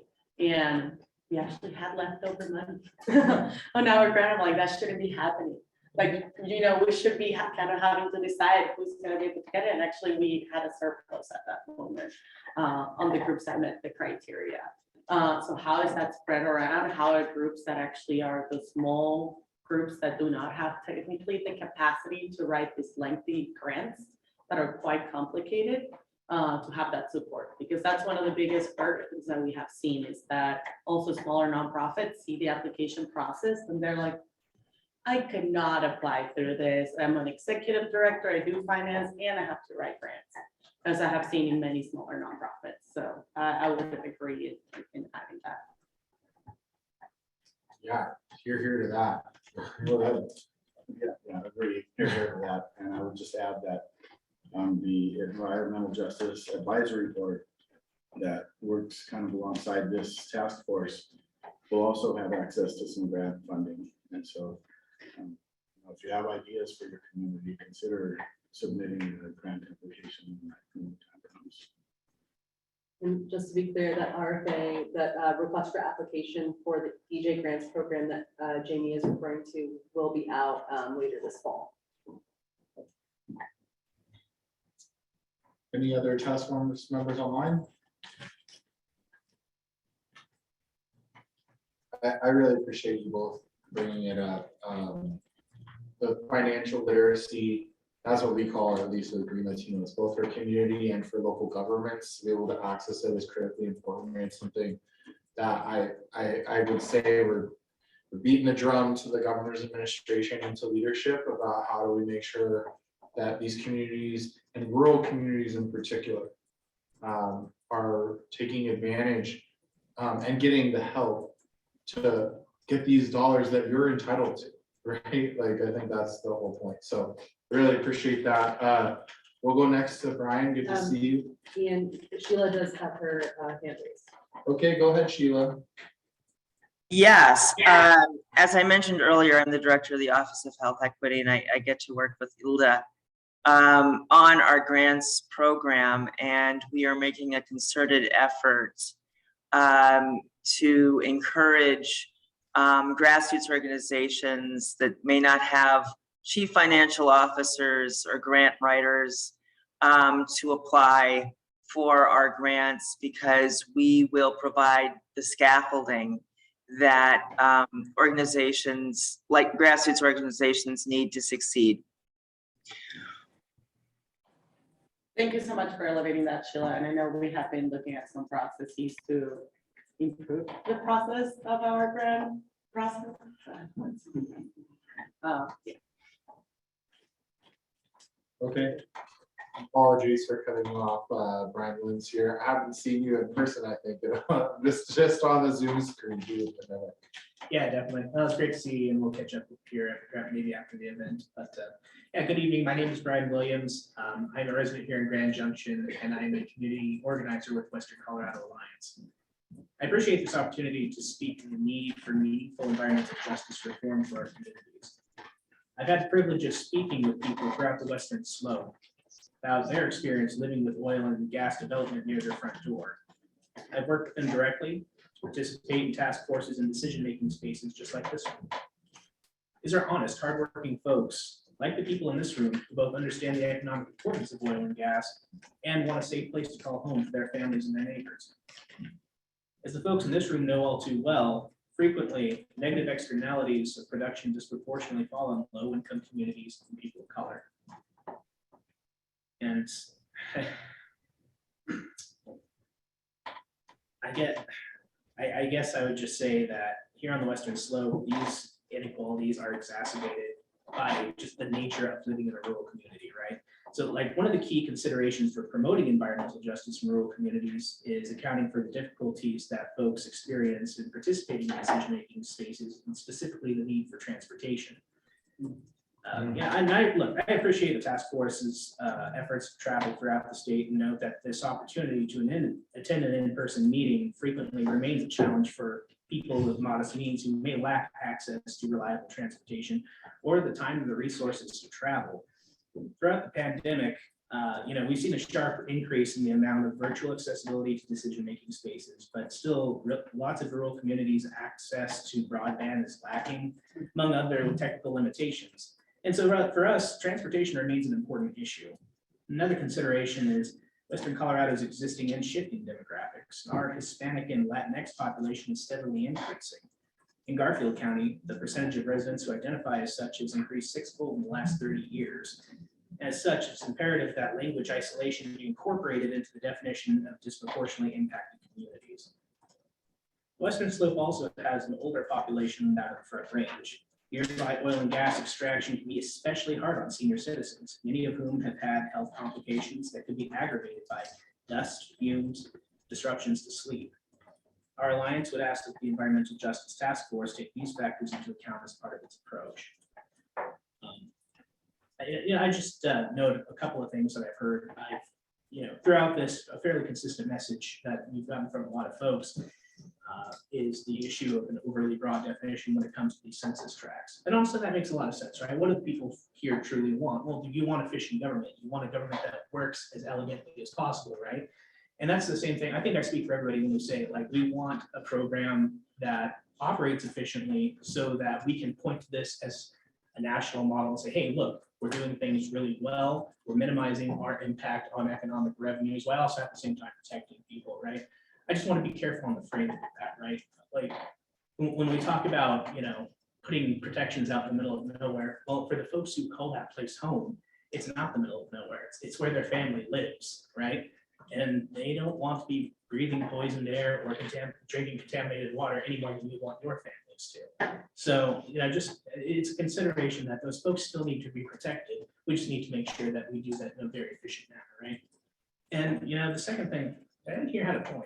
Honestly, like local tax revenue is incredibly important for public health, right? I just note that to Ian's point, like there's, other sides of this, right? I'd be curious to know how much revenue would be impacted by EJ regulations and these sorts of things. But I'd also be curious to see, if those didn't exist, what would happen as far as people missing work and their tax revenue not being added? What happens when the latent impacts of that start to affect people and government has to invest in remedying those things? What happens to revenues that come from tourism or outdoor recreation, right? There's lots of things to consider here. So if we're going to go that route, I think that a very holistic, comprehensive economic analysis would be in order. Thanks.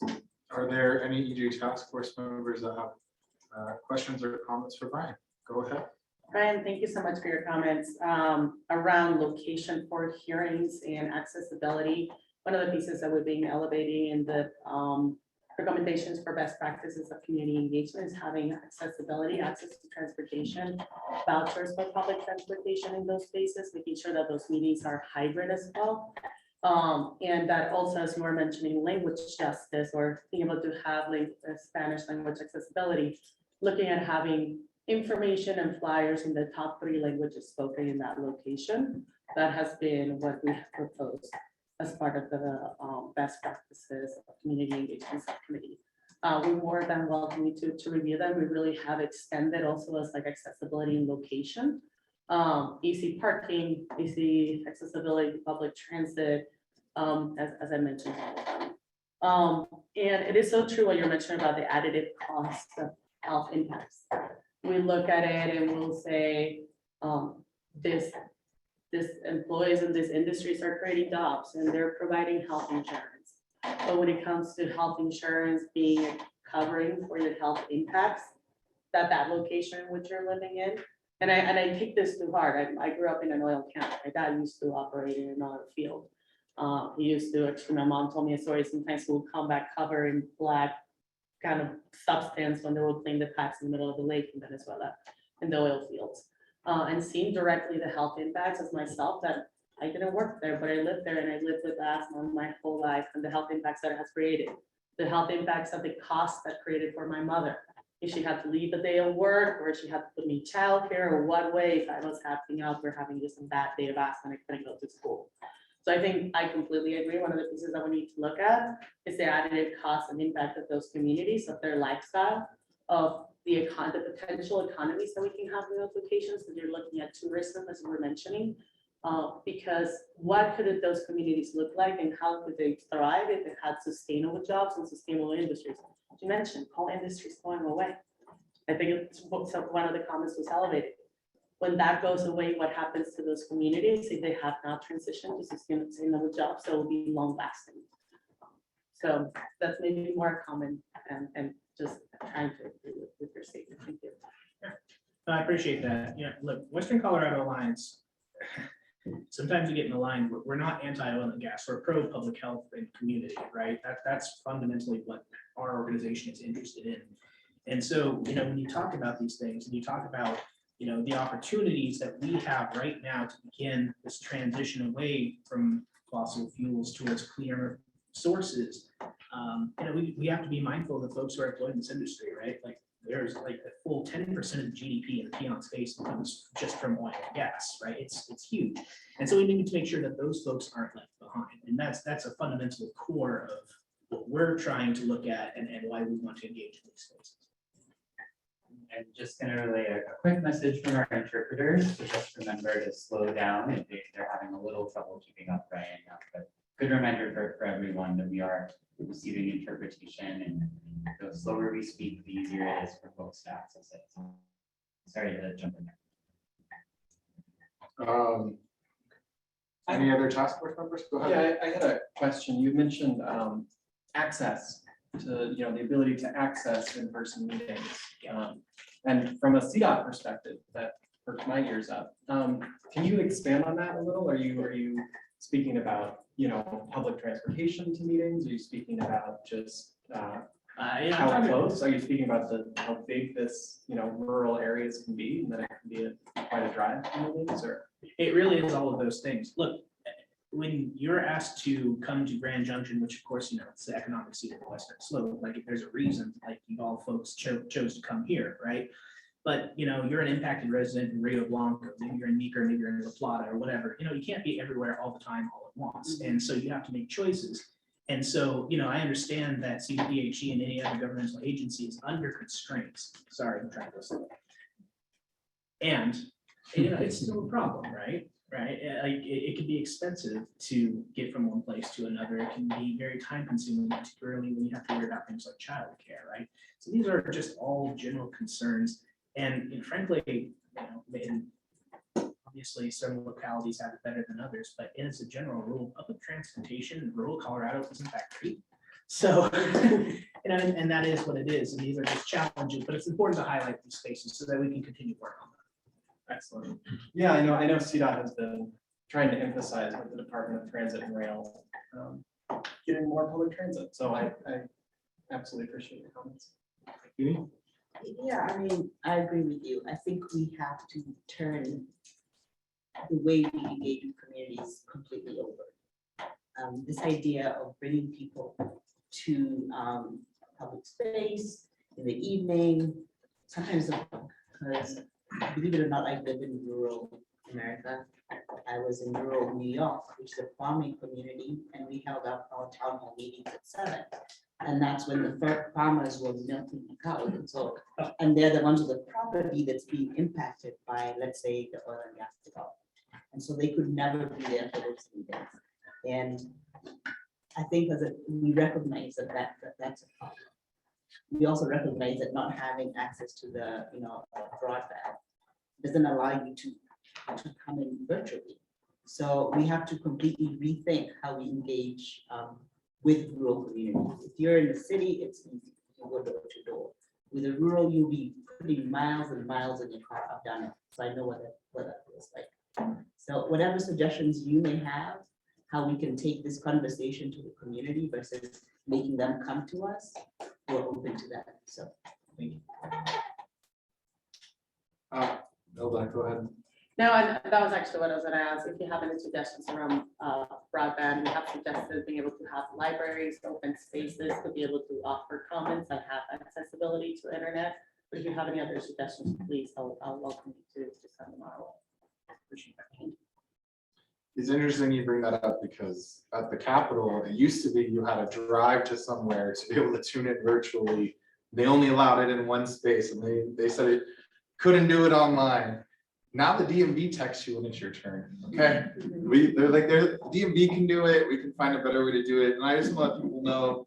And I don't know if they came and visited rural Colorado, I'll have to be quite honest with you, but I had a chance to meet with one of the federal communication commissioners a week and a half ago, and there are considerable free internet or discounted internet that is available for people that they should definitely try to access. You can also get money towards a laptop or a computer so that you can break that digital divide. And I just think that's a part of the environmental justice as we've seen things go virtual to encourage that. So I really appreciate that. We have 4 more commenters and we're definitely going to run over. So I appreciate the task force members staying here and being present and everyone here. We have Patty Lawless virtually. And Ian, sorry to jump in. We now have Frank Nemenchik, who signed up earlier with us online, so I believe we have 5 more. Okay, sounds good. So go ahead, Patty, and make sure that you choose English into the interpretation button so we can hear you. I think I did that. Can you hear me? We can. Great. So I'm Patty Lawless. I live in Denver, actually just south of the Suncor site, which is a oil refinery in northeast of the city.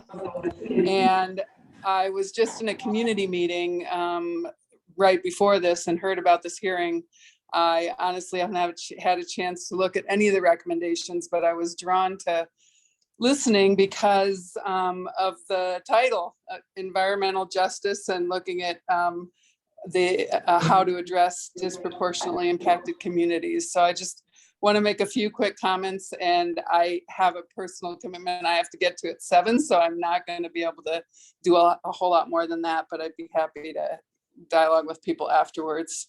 So I live in one of the communities that's disproportionately impacted by the oil refinery. I really appreciated the story from the woman from Battlement Mesa. I'm sorry I didn't jot your name down, but I think the voices of people from disproportionately impacted communities have to be central to this work. I'm concerned about what I've observed through the community meetings that I've been in about the reliance on internet, as you all were just talking about, and doing these hearings. And I would like to challenge and invite your task force and the CDPHE to look at how you can actually get out into communities and talk to people where they are.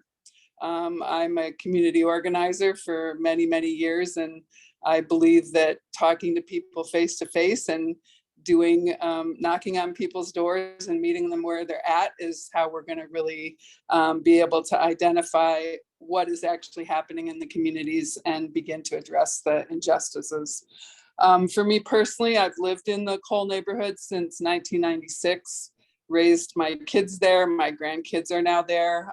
My grandson has asthma, which I can't prove is related to the contamination, but it's certainly, we have a higher incidence of asthma in our communities that are close to the site and to another Superfund site at a smelter that was closed down. And so my family lives with the consequences of the inaction of our government over decades every day because my grandson can't breathe. And so I want you to keep the heart, whether it's the seniors in Battlement Mesa or the unemployed coal mine workers on the Western Slope, or the Latino and African-American working class kids in my community that are impacted by this. They have to stay central to this whole conversation. I get that businesses have your considerations. I get that, you know, your county commissioners need to weigh the consequences, but if this is about environmental justice and addressing the impact to disproportionate impact to communities that are often communities of color and working class communities, then that has to carry some greater weight, and there has to be greater intentionality about engaging those people. Specifically for Suncor, I know that it's really not the purview of this committee, but you've got CDPHE people there and AQCC. So I'm just going to say it one more time. We need to close down the Suncor refinery and transition to renewable energy. That's what the climate bill just signed by President Biden is about. You all can get those funds. We need to see that happen. They've had thousands of violations to regulations, and there's no consequences, and our community is paying the price. So that's my comments. I really apologize that I can on for about 3 more minutes, but then I have to get my granddaughter to a commitment I have with her, and that takes priority. So I have about 3 minutes if anybody has any questions. Well, Patty, when I was saying earlier that I'm from an environmental justice community, my mom lives right there on 37th and High. So I can see smokestack from my house. Yep. And we've talked before, Ian, and I appreciate that you're taking the time to be on this. You're like this big on the screen to me, but I recognize you for sure. Is there any other task force members that have go ahead, Jaime. Yeah, kind of just a comment and appreciation for you raising some of these points. I live in a similar community that's impacted by both coal and oil. By the way, my name is Jamie Valdez. I'm from Pueblo, Colorado. And our community, like I said, is also impacted by both coal and oil. And yeah, there is definitely concern for the tax revenues that stand to be lost when the coal-fired plant in our community shuts down. But like you said, the largest portion of our community is presently paying the price for a small handful of people to benefit from the jobs offered by that polluter in our community and or the tax revenue. And so I totally hear where you're coming from, and more than that, appreciate you raising these points. I agree that we need to transition away from fossil fuels. Pueblo, by the way, has increased healthcare costs and health insurance costs because we have higher rates of asthma, COPD, and cardiovascular disease compared to state averages. And this is because of not only this energy generation station in our community, but several other large-scale polluters. But the coal-fired plant in our community is the largest source of air toxics in our community, and it's the largest source of greenhouse gas in Colorado. And so, as far as I'm concerned, we can't transition away from fossil fuels quick enough. I've seen the effects on my community. I've seen the effects on myself and on my family. And so I really appreciate your time and your comments. Thank you. And I will keep following this now that I'm aware of what's going on. And I apologize, but I do have to sign off. Thanks very much. Okay, we have Holly Stanley in person. Hello. Go ahead. Hi, I'm a student of environmental science and technology at Colorado Mesa University. And I'm also the research investigator for the Ruth Howe Hutchins Water Center. We are working right now to see about contaminant removal of nitrogen, phosphorus, and other contaminants in gray water within water bodies, utilizing a green wall to remove contaminants right now at Colorado Mesa. My interest in this meeting is just basically observational, but I did pique my interest as I was reading about the participatory science and how the recommendation for support within community-driven research and how that should be centralized in DIC communities. Now, within rural DIC communities, we are looking at universities that are primarily undergraduates, right? We don't have the infrastructure or the research to do some of these research that may be recommended, especially within the system boundary that is outlined as far as I'm understanding in this recommendation, that it would meet standards and rigor that would be accepted by agencies. And so if we're looking at rural communities, rural colleges, we don't have the infrastructure to do that.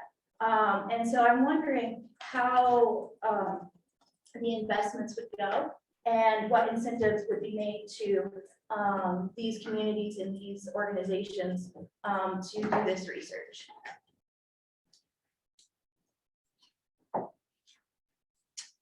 Does any task force member want to address that part?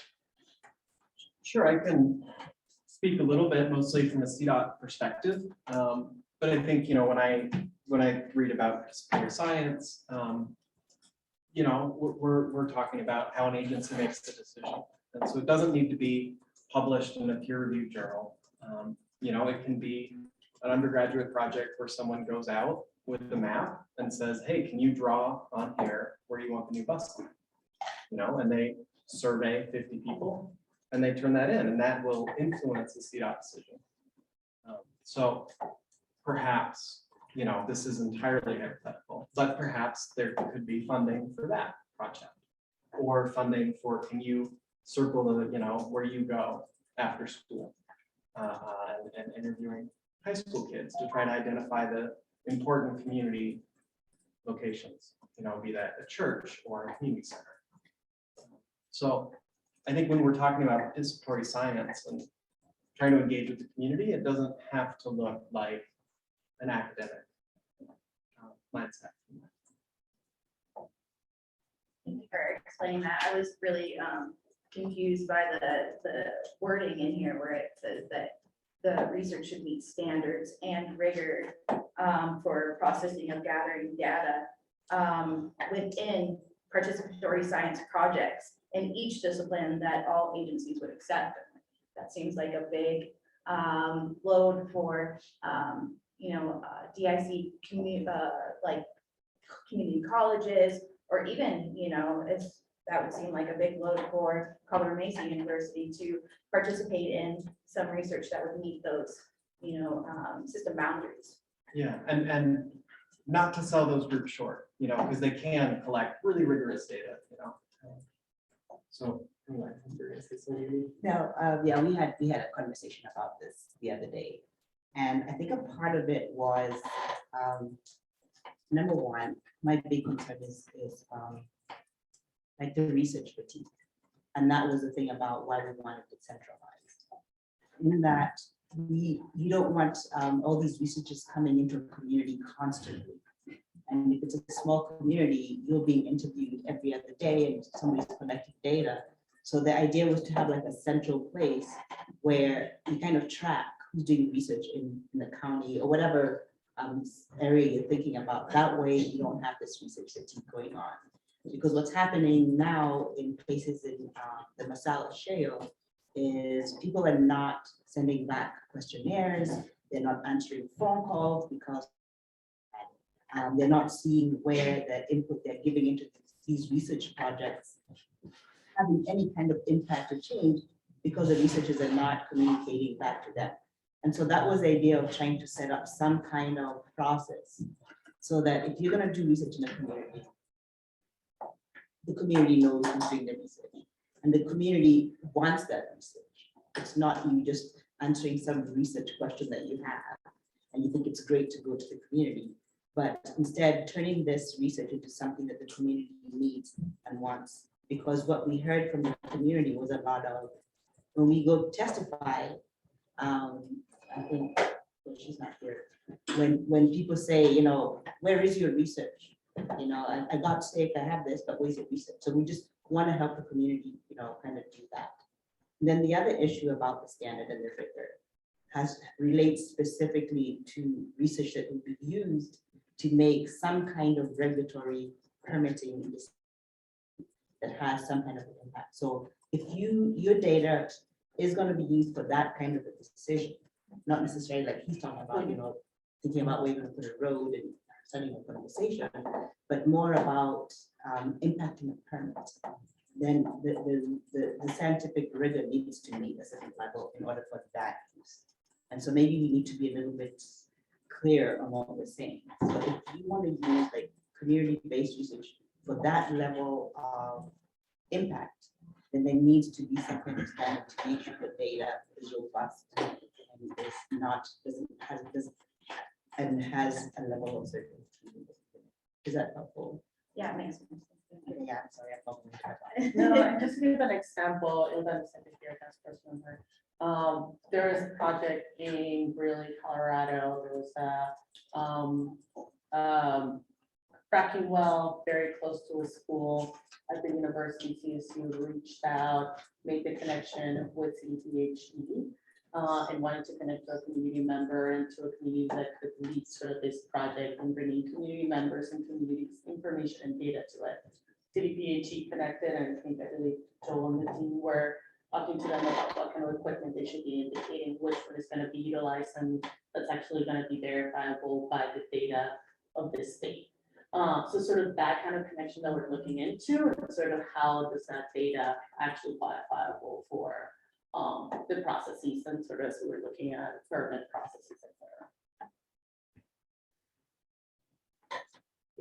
If I could, Mr. Chair, and I know I'm not a task force member, but from a local government perspective, we partner with CMU all the time. This is a new thing coming. I'd be happy to talk with anybody about partnering with.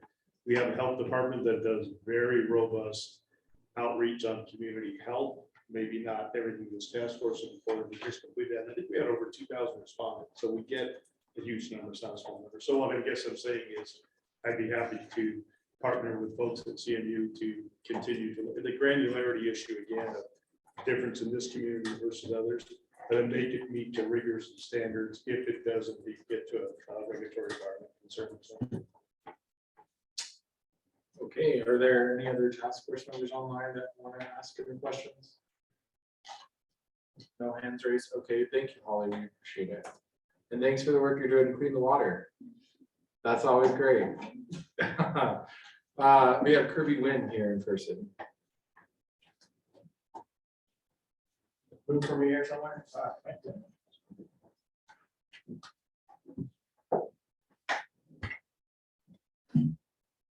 Was it 5 minutes? Is that what we got? Yeah. All right, I'll do my best. I'm Kirby Nguyen. I'm the Garfield County Oil and Gas Liaison. I'm here representing the Garfield County Board of County Commissioners who could not be here tonight, but wanted to be.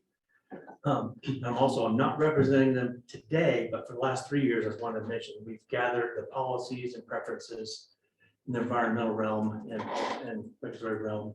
We've represented 15 mostly rural, western and eastern Colorado counties at more than 15 CDPHE and COUC rulemakings over the last few years. So I'd like to think that we have a great sense of the pulse of governments and communities beyond our own, and in particular those rural communities that we represent within Garfield County.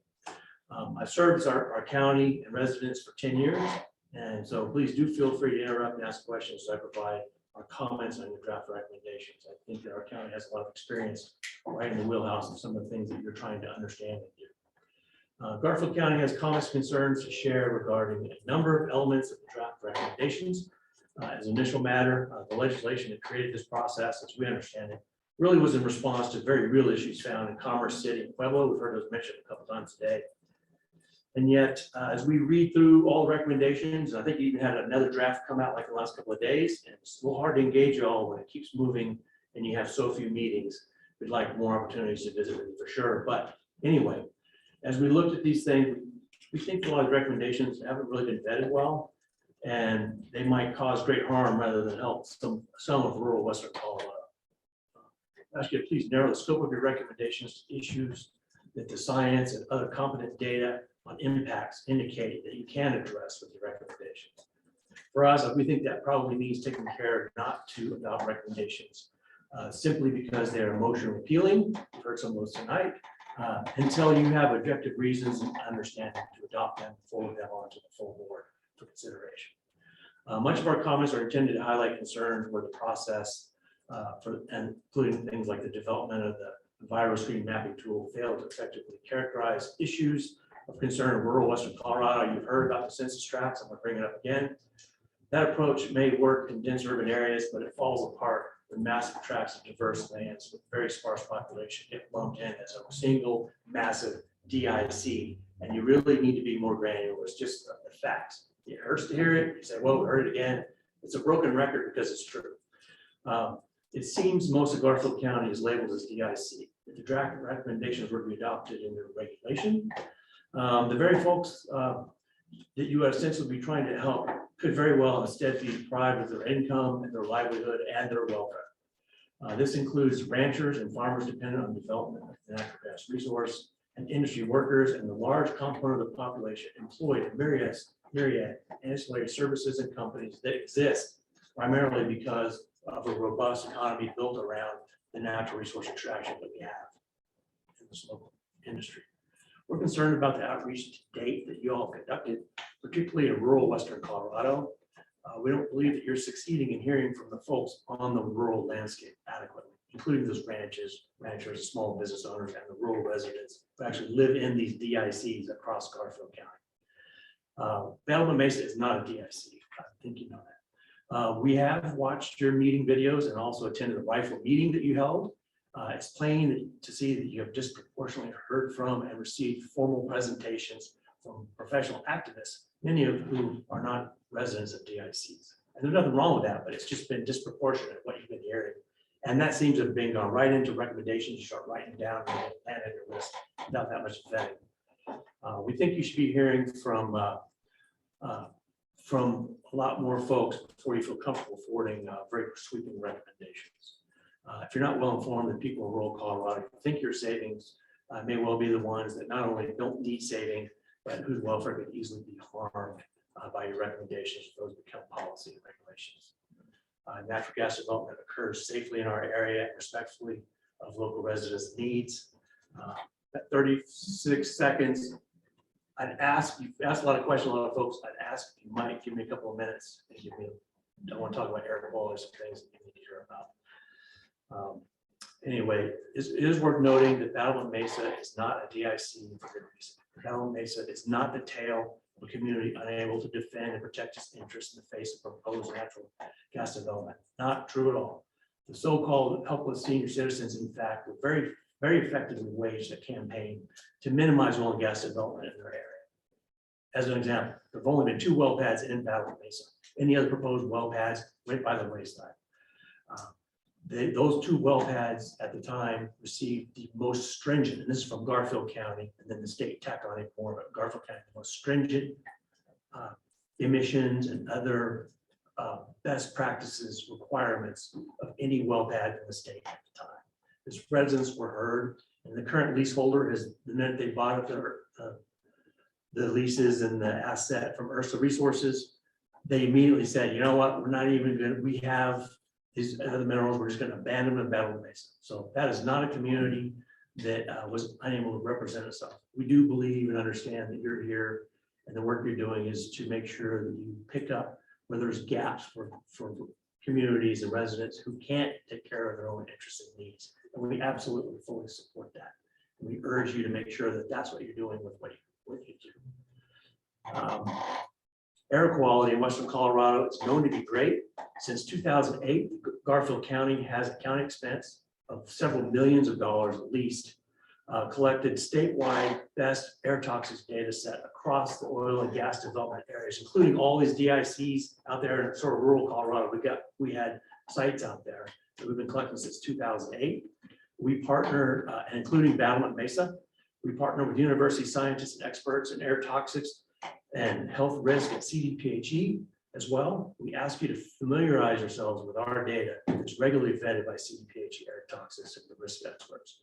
The statistically significant improving air quality trends since 2008 through today show drastically improved air quality each year for most of any 90 VOCs and other compounds and air toxins that you might look at. And we have the data, it's been vetted by the experts, not by Garfield County. We'd be happy to provide a presentation on this data and this type of information for this task force. The point of it is the current state regulations are doing a tremendous job at protecting the residents in rural Colorado when there's oil and gas, and in particular natural gas development ongoing. So please look at that. It was Garfield County. People hear about the CSU study. They talk about that a lot. It's Garfield County got together with the University scientists at MPC and funded the now famous CSU study on well pad emissions. The CDPHE then copied the used state funding to conduct on the Front Range and conduct the health study on. That's generated in Garfield County.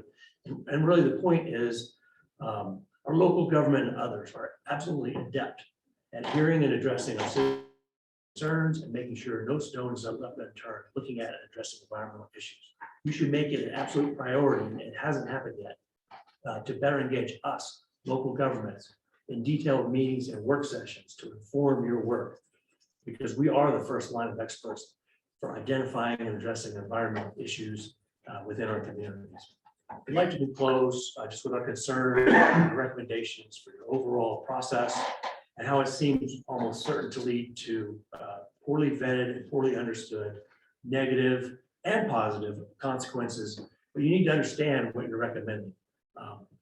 Should these recommendations then inform new laws and regulations based on the media and state agencies are going to characterize it as, hey, we're doing these new laws and regulations based on the best advice from you, the diverse blue ribbon panel. You did your best work you could. I think you'd admit you haven't had time to have enough meetings and enough detailed information gathering, so it's a challenge. So please be introspective and consider if your work and process has been organized enough and thoughtful enough and competent enough as it needs to be before forwarding sweeping recommendations with largely unvetted and unknown negative consequences therein. I apologize, but we have a couple more people online, and I don't think I had a chance to read Garfield County's comments. Have you submitted these in writing? I will submit them in writing. Okay, and I want to come here today and speak with y'all, and we hope you'd have some questions like you have other speakers. No, we really appreciate it. I come to the same thing about this isn't just about oil and gas. There's Public Utilities Commission, there's ability to access credits, there's all sorts of things that are on the table here, and I'm hoping that your comments that you submit online might delve into that. And I'm kind of curious about the process, because we've had at least like 6 meetings a month for the whole year. There's been an opportunity. And this is me asking as a chair working with staff, do you feel like you were not contacted by the state of Colorado to know that this was happening? We've known it's happening. We went to the rifle meeting. I think you had 6 people show up. We haven't had a meeting in rifle. What was the meeting that she, Robin Willie held a meeting to talk about the process? So it wasn't this task force, but it was part and parcel of the process. Okay. To try to engage. Our point is the engagement hasn't effectively drawn the people. I mean, you're here right now during harvest season. Farmers and ranchers, they're busy tonight. It's a tough one. And you're in Grand Junction. You're not in rifle or parachute. You'd have a different component of folks that are present if you were. Anyway, we welcome additional engagement. We think it's necessary. Whether you want to point fingers and say, well, you could have been there or not. The point is you heard from local governments like you need to. You haven't heard from those rural communities like you need to. And we urge you to do so before you forward recommendations in a sweeping way that impact. I would also invite you to look into the comments, but there are dozens of local governments that have submitted in-depth comments about the impacts, so. I have read much of it. We have read those. Okay. We've gone over it for sure. And Okay. again, we're not gonna bring you comments about chemical plants. We don't have a chemical plant in our area, so we're not gonna talk about things we don't know. Okay. But again, our point is, when you say there's these other things, you write a recommendation, and it's absolutely gonna address that power plant in Pueblo or the Suncor in Commerce City. It might swallow, harm, and damage western rural Garfield County because it's gonna be treated the same, regardless of the type of industry. So you gotta be very thoughtful about what you recommend and understand those unintended consequences for all types of land use, including those that are very beneficial in rural Colorado and maybe not beneficial in a dense urban area. That's kind of our point. Are there any other questions from task force I just have members? one quick one. I know we need to move on. So I chair the data and environmental health disparities subcommittee. And one of the things we were talking about was access to data, because I think data is going to be what tells the story. So while there's a lot of regional air quality data that has been captured, when it comes to issues that are specific to environmental justice communities, it's usually that more fence line kind of data that we need, you know. So if anybody has any of that data or access points where we can find that data to then recommend the state use this data versus modeling air quality data that was a part of their report, I think that's very helpful.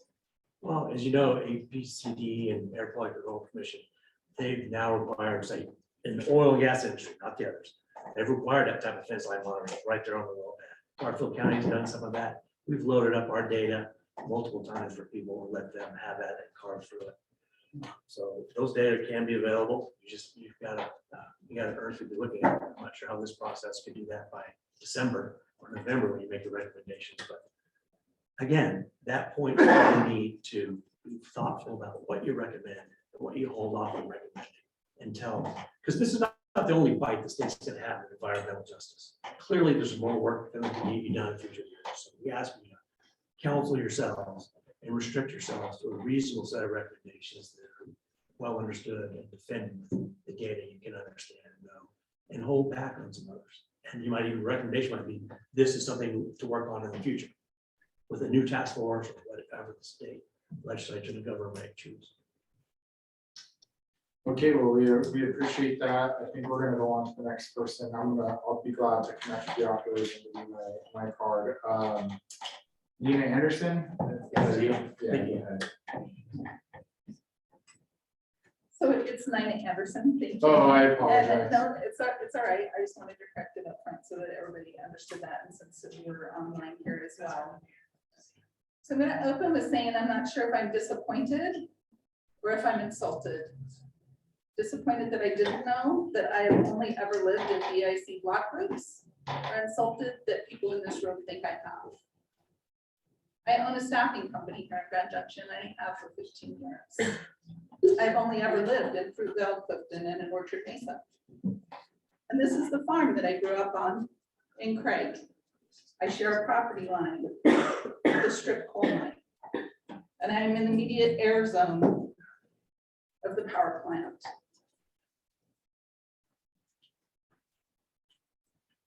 So again, I don't know if I'm disappointed or insulted. Next, I want to say that as a staffing company, when we do not put, or as the PUC says, we're gonna plop a revenue generating, job generating organization into a DIC block group. When I have workers who are coming from 32 road and I can't get them to 23 road for good jobs with Coors Tech, with innovative textiles that would help them feed their families. So to say that that is a disparate impact to give them jobs doesn't equate to me. You spoke earlier about not being able to get ag and farmers and ranchers here. This morning at 6:30, I picked up Jamie Van Winkle and we drove to Glenwood because we are testifying at the SAG group about the wolves. So we have a family of 3 people who she left 2 on their horses to try to bring in the cows because they had to move them. Well, she took the day off to go fend off an attack on her business already. So no, she didn't make it here. She was tired and she needed to get home to her family. As was brought up earlier, we're in the middle of harvest. Those peaches don't wait for our committees and our task force meetings. So for the legislative branches to assign you guys a losing battle while they're out of session, to put together this plan and deliver it to them when they're back in session, and it has a direct impact on agriculture, is again disappointing and insulting. It was talked earlier about the one size fits all. What works in Denver and Boulder doesn't work here. And what works here may not work for you guys. So a very stern warning on policies that are a one size that fits all. It was also talked earlier about a holistic economic approach. Disparate impacts on our jobs is not a holistic economic approach. We don't have that many choices over here. So let us make our choices of where we want to work and where we want to live. I live where I live because it's easier for me to get back to the farm. For my mom, who is 82, has lived since 1971 and has 0 health impact, who still harrows her own field on her tractor at 82. So I just would appreciate letting me make my decisions, letting my family make my decisions, our decisions, and not having a one size fits all come from the state. Disappointed and insulted is my term for the day, but I do appreciate you guys here on this losing battle. So thank you. All right, does anyone have any comments or questions?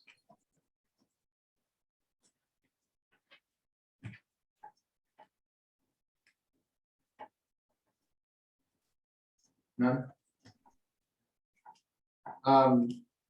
I appreciate what you're saying about how there are so many processes going on at the same time. You're talking about having to book their pools. It's very challenging.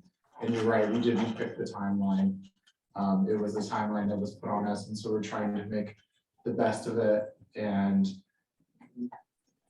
I know that you're saying it's peach harvest. We're trying to do our best to actually be present here in Grand Junction.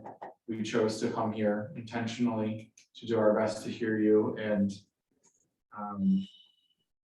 It's going to be anywhere that you're in rural Colorado, sure.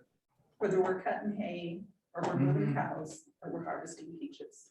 The legislature did not consider our lifestyles when they sent you on this task. I think that's incredibly valid. So I just want to say I hear what you're saying. Okay, is Frank still online? Yes. And how did you say his last name? Probably incorrectly. Okay. Niamic? Niamic? Can you hear me? Should, maybe it's a chest sound? Oh, Yes, it's by the language. yes, oh, you need to select English for us, Frank. Okay, where do you do If that? you go to the interpretation symbol at the bottom of the screen, it should be a globe that says interpretation, Oh, okay, and you should be able to select English. okay, that work? Now we can. Yeah, Yep. my name is Frank Nemitz. I thought I was gonna speak tomorrow. I just logged on to see what was going on.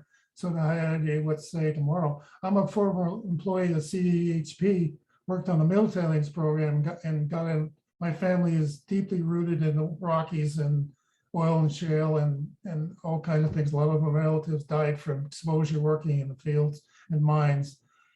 And I worked on a lot of cleanups in Grand Junction, including the Rainier mill tailings, which seem everybody has forgotten about. There's still a lot of it here. There's like several thousand properties. There's still some there at Grand Junction High and some other properties, and not to mention leaking underground storage tanks that they want to develop some sites too. This is stuff I worked on. Nobody seemed to be looking that stuff at it anymore. And because of COVID, it's hard to get in touch with people. CDHP's office is closed. You have to make an appointment. Even go to the Museum of Western Colorado now, you have to make an appointment. I used to go to the library for a while. That's how I got in a lot of this history. And I know a lot of things that aren't really recorded because they drilled for oil up in East Orchard Basin before they recorded oil wells. And there's some up there somewhere. Those are just little things I could tell you about. I don't have time. But, you know, we need to be looking into the history of things that contaminate sites in this property, in this valley and in Western Colorado everywhere, because I've worked everywhere in Colorado before we start doing some things. And I could go on, but I've gotten in trouble for bringing up the Rainy Mill tailings already. You know, they built a bunch of stuff down there around the old mill site downtown and some residential properties that's not right on the mill site, but they still could be having high radon levels. There's still a lot of stuff there. It isn't the direct radiation, it's the radon. And I've never seen anybody monitor that down along the riverfront.